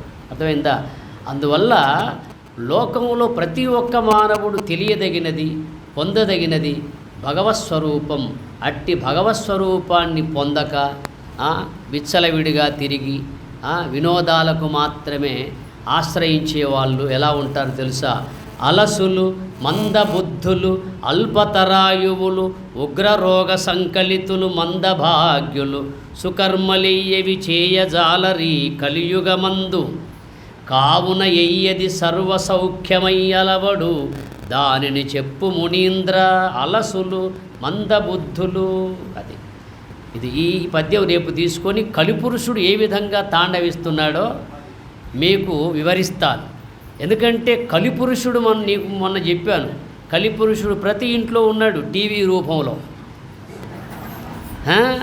కర్ణపిశాచం ప్రతి వ్యక్తిలో ఉన్నాడు, ప్రతి వ్యక్తి జేబులో ఉన్నాడు సెల్ ఫోన్ రూపంలో. ఈ కర్ణపిశాచానికి వశమై కలిపురుషుడు చెప్పినట్టుగా మనం ఉన్నామంటే మనం ఏ మార్గంలో పోతున్నామో, మరి మన తర్వాతి తరం ఏ మార్గంలో పోతుందో కాస్త మరి తల్లులు, ప్రతి తల్లి విచారించాల, ప్రతి తండ్రి విచారించాల. ఎందుకంటే ఇంత గొప్ప మహానగరంలో మనం ఒక కుటుంబంగా ఇంత కలిసి ఉండి ఎవరో ఒక మహానుభావుణ్ణి ఆహ్వానించి ఈ విధంగా శ్రవణం చేస్తున్నారంటే మీ ఏకాగ్రతకు ధన్యవాదాలు. అర్థమైందా? అందువల్ల ప్రతి విషయాన్ని అంతరార్థంగా తెలుసుకోగలిగితేనే మనకు సరి అయిన ఆత్మజ్ఞానం కలుగుతుంది. తద్వారా ఆ మోక్ష ప్రాప్తిని పొందగలం. అట్టి స్థితి సద్గురునాథుడు సర్వేశ్వరుడు మీ అందరికీ కలిగించాలని కోరుతూ తదీశ్వరుణ్ణి ప్రార్థిస్తూ హరి ఓం తత్సత్. ఓం సహనావవతు సహనౌ భునక్తు సహ వీర్యం కరవావహై తేజస్వినావధీరమస్తు మా విద్విషావహై. ఓం శాంతి శాంతి శాంతి. హరి ఓం తత్సత్. ఎవ్వడు సృజించు ప్రాణులనెవ్వడు రక్షించు దృంచునెవ్వడనంతుండెవ్వడు విభుడెవ్వడు వాడి విధమున మనుచు వెనుచు ఏలారతుడై. మనిషిని బ్రహ్మయ్య మట్టితో చేసినయ్య, మనిషిని బ్రహ్మయ్య మట్టితో చేసినయ్య, ఆడించుతున్నాడు బొమ్మలాట నిజం తెలుసుకు మెలగాలి మనిషిలాగా, నిజం తెలుసుకు మెలగాలి మనిషిలాగా. మనిషిని బ్రహ్మయ్య మట్టితో చేసినయ్య,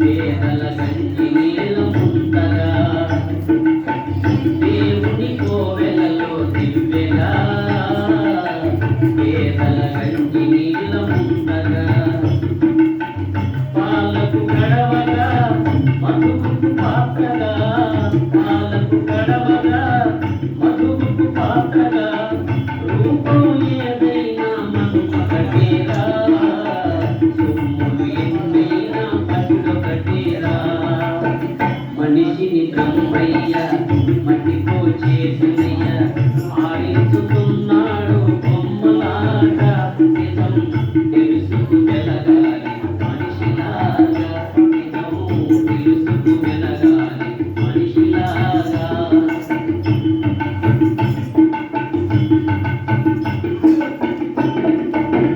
రాజులు పేదలనే పేదమేలా జగాన నరులంతా ఒక్కటేరా రాజులు పేదలనే పేదమేలా జగాన నరులంతా ఒక్కటేరా ఎందుకు దోషాలు దేనికి ద్వేషాలు ఎందుకు దోషాలు దేనికి ద్వేషాలు అంతా ఒకటైతే మంచిదిగా దేవుని నమ్ముకొని సాగిపోరా మనిషిని బ్రహ్మయ్య మట్టితో చేసినయ్య ఆడించుకున్నాడు బొమ్మలాట నిజం తెలుసుకు వెలగాలి మనిషిలాగా నిజం తెలుసుకు వెలగాలి మనిషిలాగా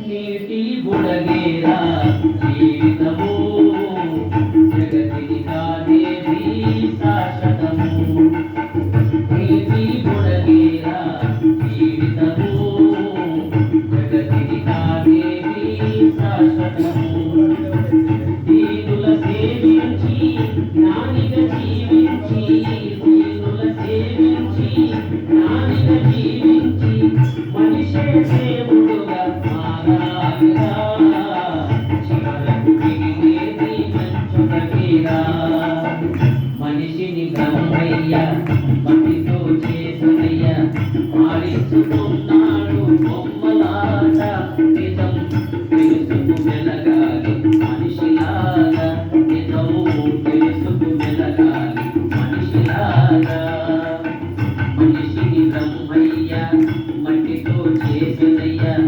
ఆడించుకున్నాడు బొమ్మలాట నిజం తెలుసుకు వెలగాలి మనిషిలాగా నిజం తెలుసుకు వెలగాలి మనిషిలాగా నిజం తెలుసుకు వెలగాలి మనిషిలాగా